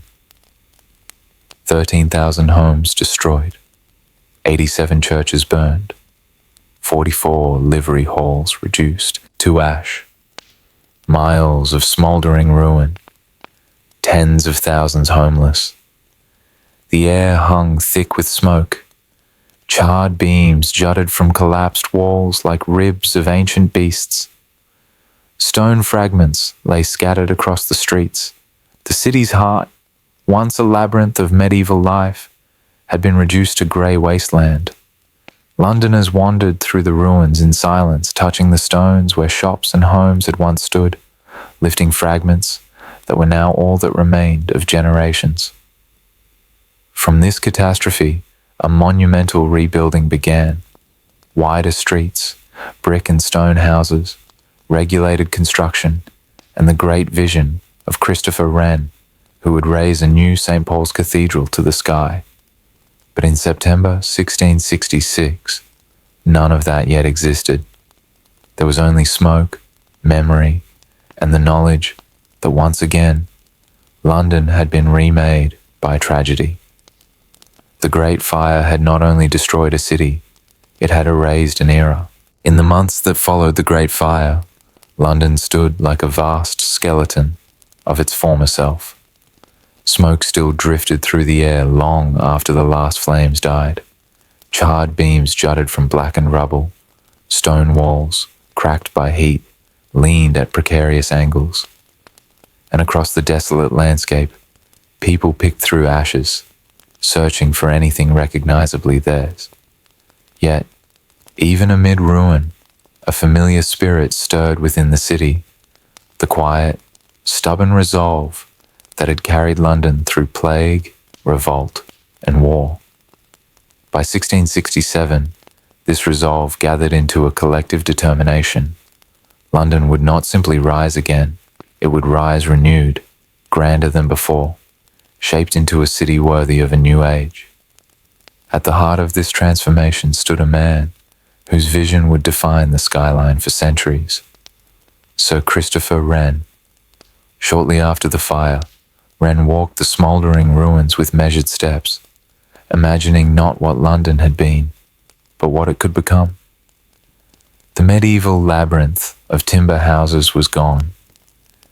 In its place lay a blank canvas the size of a metropolis. Wren proposed sweeping boulevards, classical squares, and grand avenues modelled on the great cities of Europe. His plans were ambitious, too ambitious for the tangled property claims and urgent needs of London's displaced citizens. Parliament approved a more practical version, but Wren's influence endured in every angle, tower, and curve of the city that emerged. At the centre of Wren's work lay the task that would define his life: the rebuilding of St. Paul's Cathedral. In 1675, construction began on the new cathedral, a structure unlike anything England had ever seen. The medieval Gothic form was replaced by soaring classical design, a magnificent dome inspired by continental architecture, but shaped by Wren's own imagination. Stone by stone, over 35 years, St. Paul's climbed toward the heavens. Massive columns rose from the foundations. The great dome took shape, curving like the sky itself, clad in lead and crowned by a lantern that seemed to lift London's spirit upward. By 1710, When the cathedral was finally completed, Londoners gazed upon it with awe. It stood not just as a church, but as a symbol. The city had endured, and it had transcended 51 churches, a new sacred landscape. But Wren's work did not end with St. Paul's. The fire had destroyed 87 parish churches, each a cornerstone of its community. Wren, assisted by Nicholas Hawksmoor and Robert Hooke, designed and rebuilt 51 of them. These churches transformed the urban landscape. Their spires punctured the skyline, each with a distinct profile. Some were elegant and slender. Others rose in tiers like carved stone lanterns. Hawksmoor's contributions added a strange, powerful geometry that hinted at mysteries beneath the Enlightenment's ordered surface. In the early morning light, these spires became guideposts for a city learning to navigate itself anew. As London rebuilt physically, it also rebuilt intellectually. In the decades after the fire, coffee houses spread across the city with astonishing speed. The first had opened in 1652, but by the 1670s and 1680s, they became essential to the rhythm of daily life. Inside these candle-lit rooms, the air buzzed with voices. Merchants discussing trade routes, poets reading new verses, scientists sketching experiments on tabletops, philosophers debating politics and reason, pamphleteers crafting arguments that would shape public opinion. Coffee houses became known as penny universities. For the price of a single penny, anyone could enter and be exposed to the cutting edge of thought. The scent of roasted beans, ink, wax, and damp wool filled the air as men gathered around wooden tables, their discussions shaping the very currents of the Enlightenment. The great London newspapers emerged from these houses. Lloyd's Coffee House birthed Lloyd's of London, the future of global insurance. Jonathan's Coffee House gave rise to the London Stock Exchange. Ideas moved through the coffee houses faster than fire had ever spread. Ideas of liberty, science, commerce, and the expanding world beyond. Amid this ferment of innovation, the Royal Society, founded in 1660, became the beating heart of scientific inquiry in London. Its early meetings were guided by thinkers like Robert Boyle, Robert Hooke, and later Isaac Newton. These men approached the world as a vast mystery waiting to be measured, tested, and unveiled. In their chambers, experiments were conducted. Air pumps cracked under pressure, prisms scattered light into spectrum, clocks ticked with new precision. New anatomical insights emerged from dissections.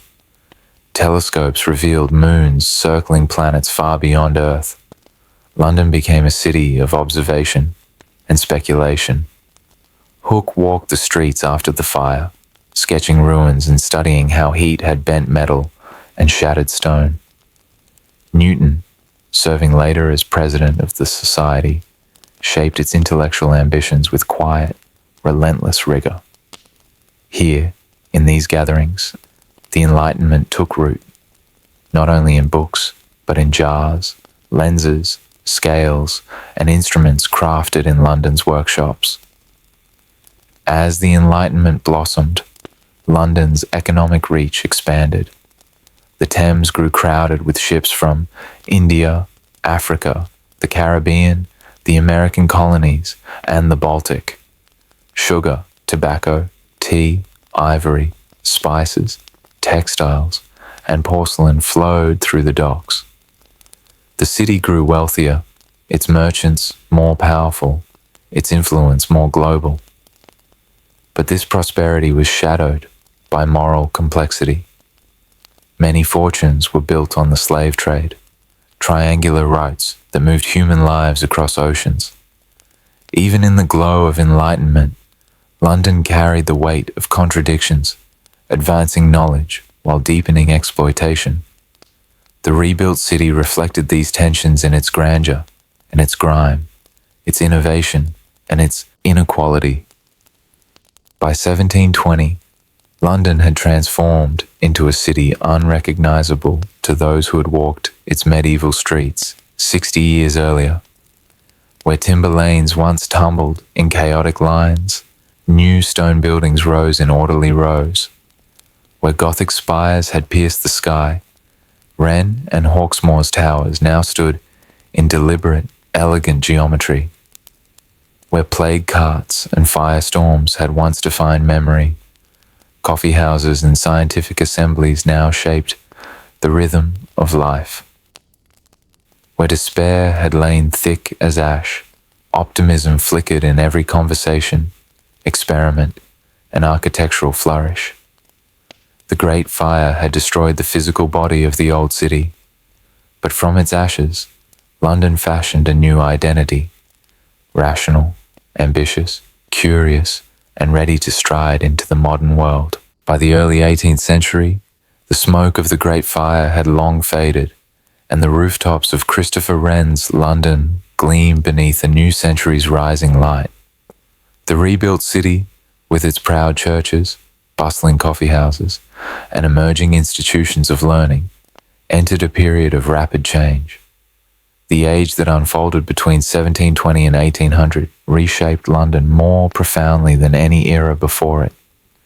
This was a time of contrasts, when elegance and squalor lived within a single breath, when fortunes rose on tides of global commerce, when empire grew outward while poverty deepened inward, and when London swelled until it became the largest city the world had ever seen.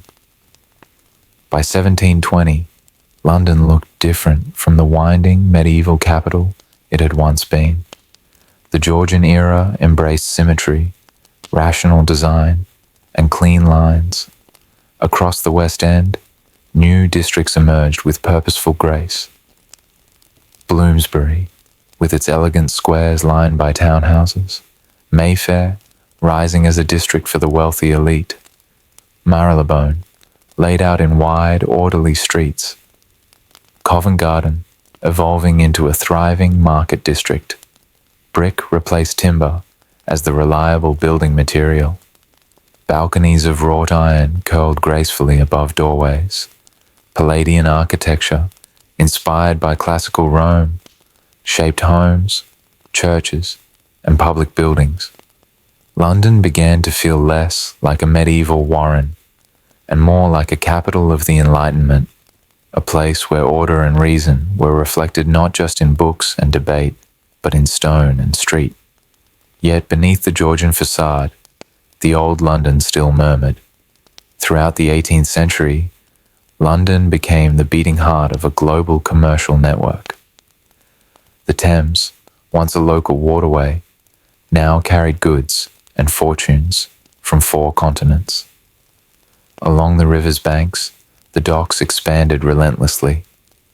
Sugar from the Caribbean, tea and porcelain from China, spices and textiles from India, tobacco from the Americas, furs from Canada, timber and hemp from the Baltic.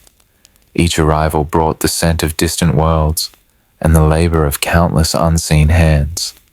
London's merchants grew wealthy beyond the imagination of earlier generations. But much of this prosperity was entangled with the darkest shadow of the age, the transatlantic slave trade. Banks, insurance companies, and trading houses in London financed voyages that moved enslaved Africans across the ocean to plantations. Sugar refineries along the river processed the bitter fruits of that system. London's soaring wealth was built in part upon the suffering of millions. The empire expanded, and London expanded with it. Its streets filled with imported goods, its maps filled with new territories, its consciousness stretching further across the globe. 18th century London pulsed with conversation.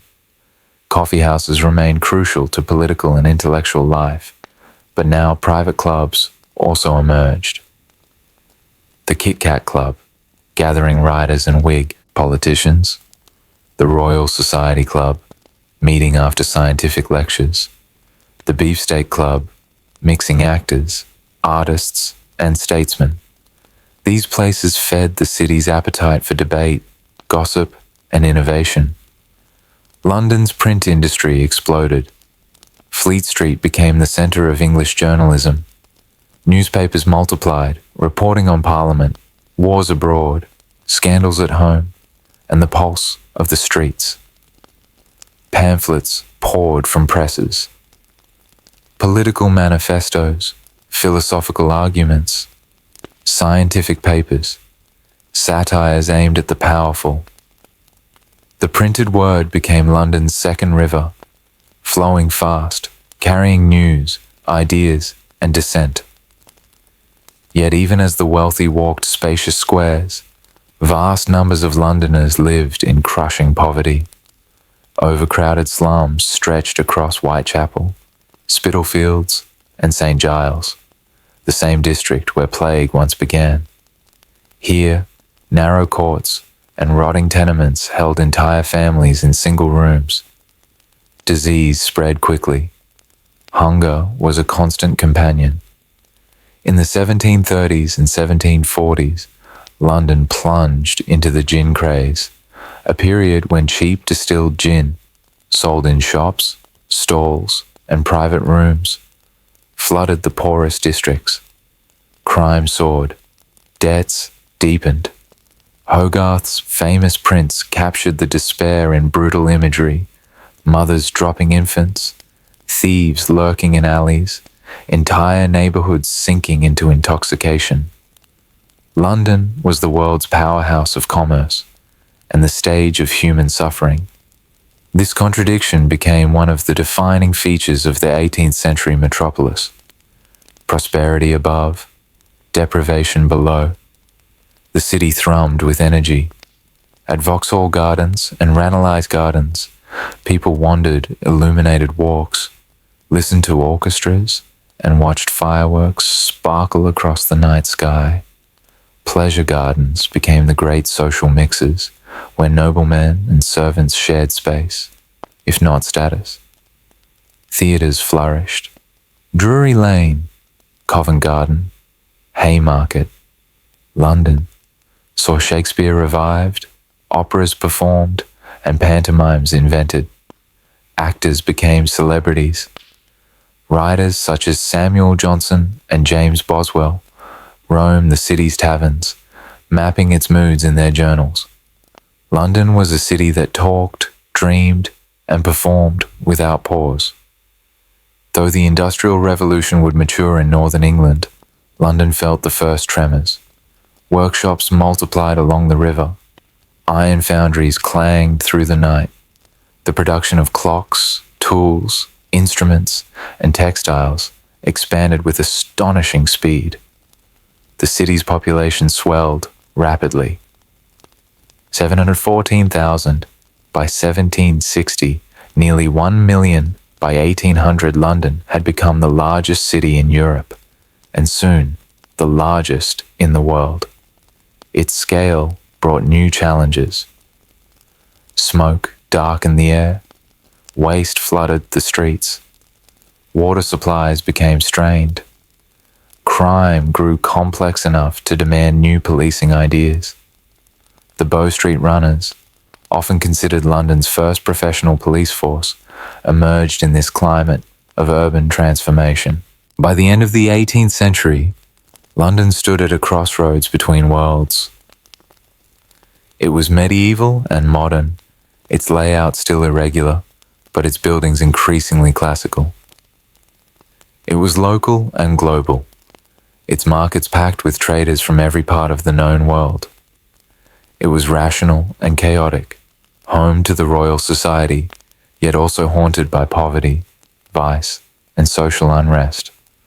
And above all, London was growing, in ambition, in population, in influence, in imagination. The Enlightenment had taken hold. Reason guided architecture, politics, science, and society.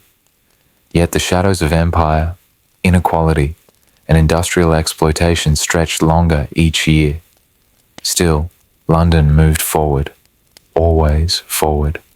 A city becoming too large for its own boundaries, too complex for its old ways, too restless to remain unchanged. Thank you for watching this story until the end. If you found this one captivating, you're in for a treat with the next one. It's just as fascinating, if not more, than you could ever imagine. Don't miss out. Click on the image on your screen now to dive into the next adventure.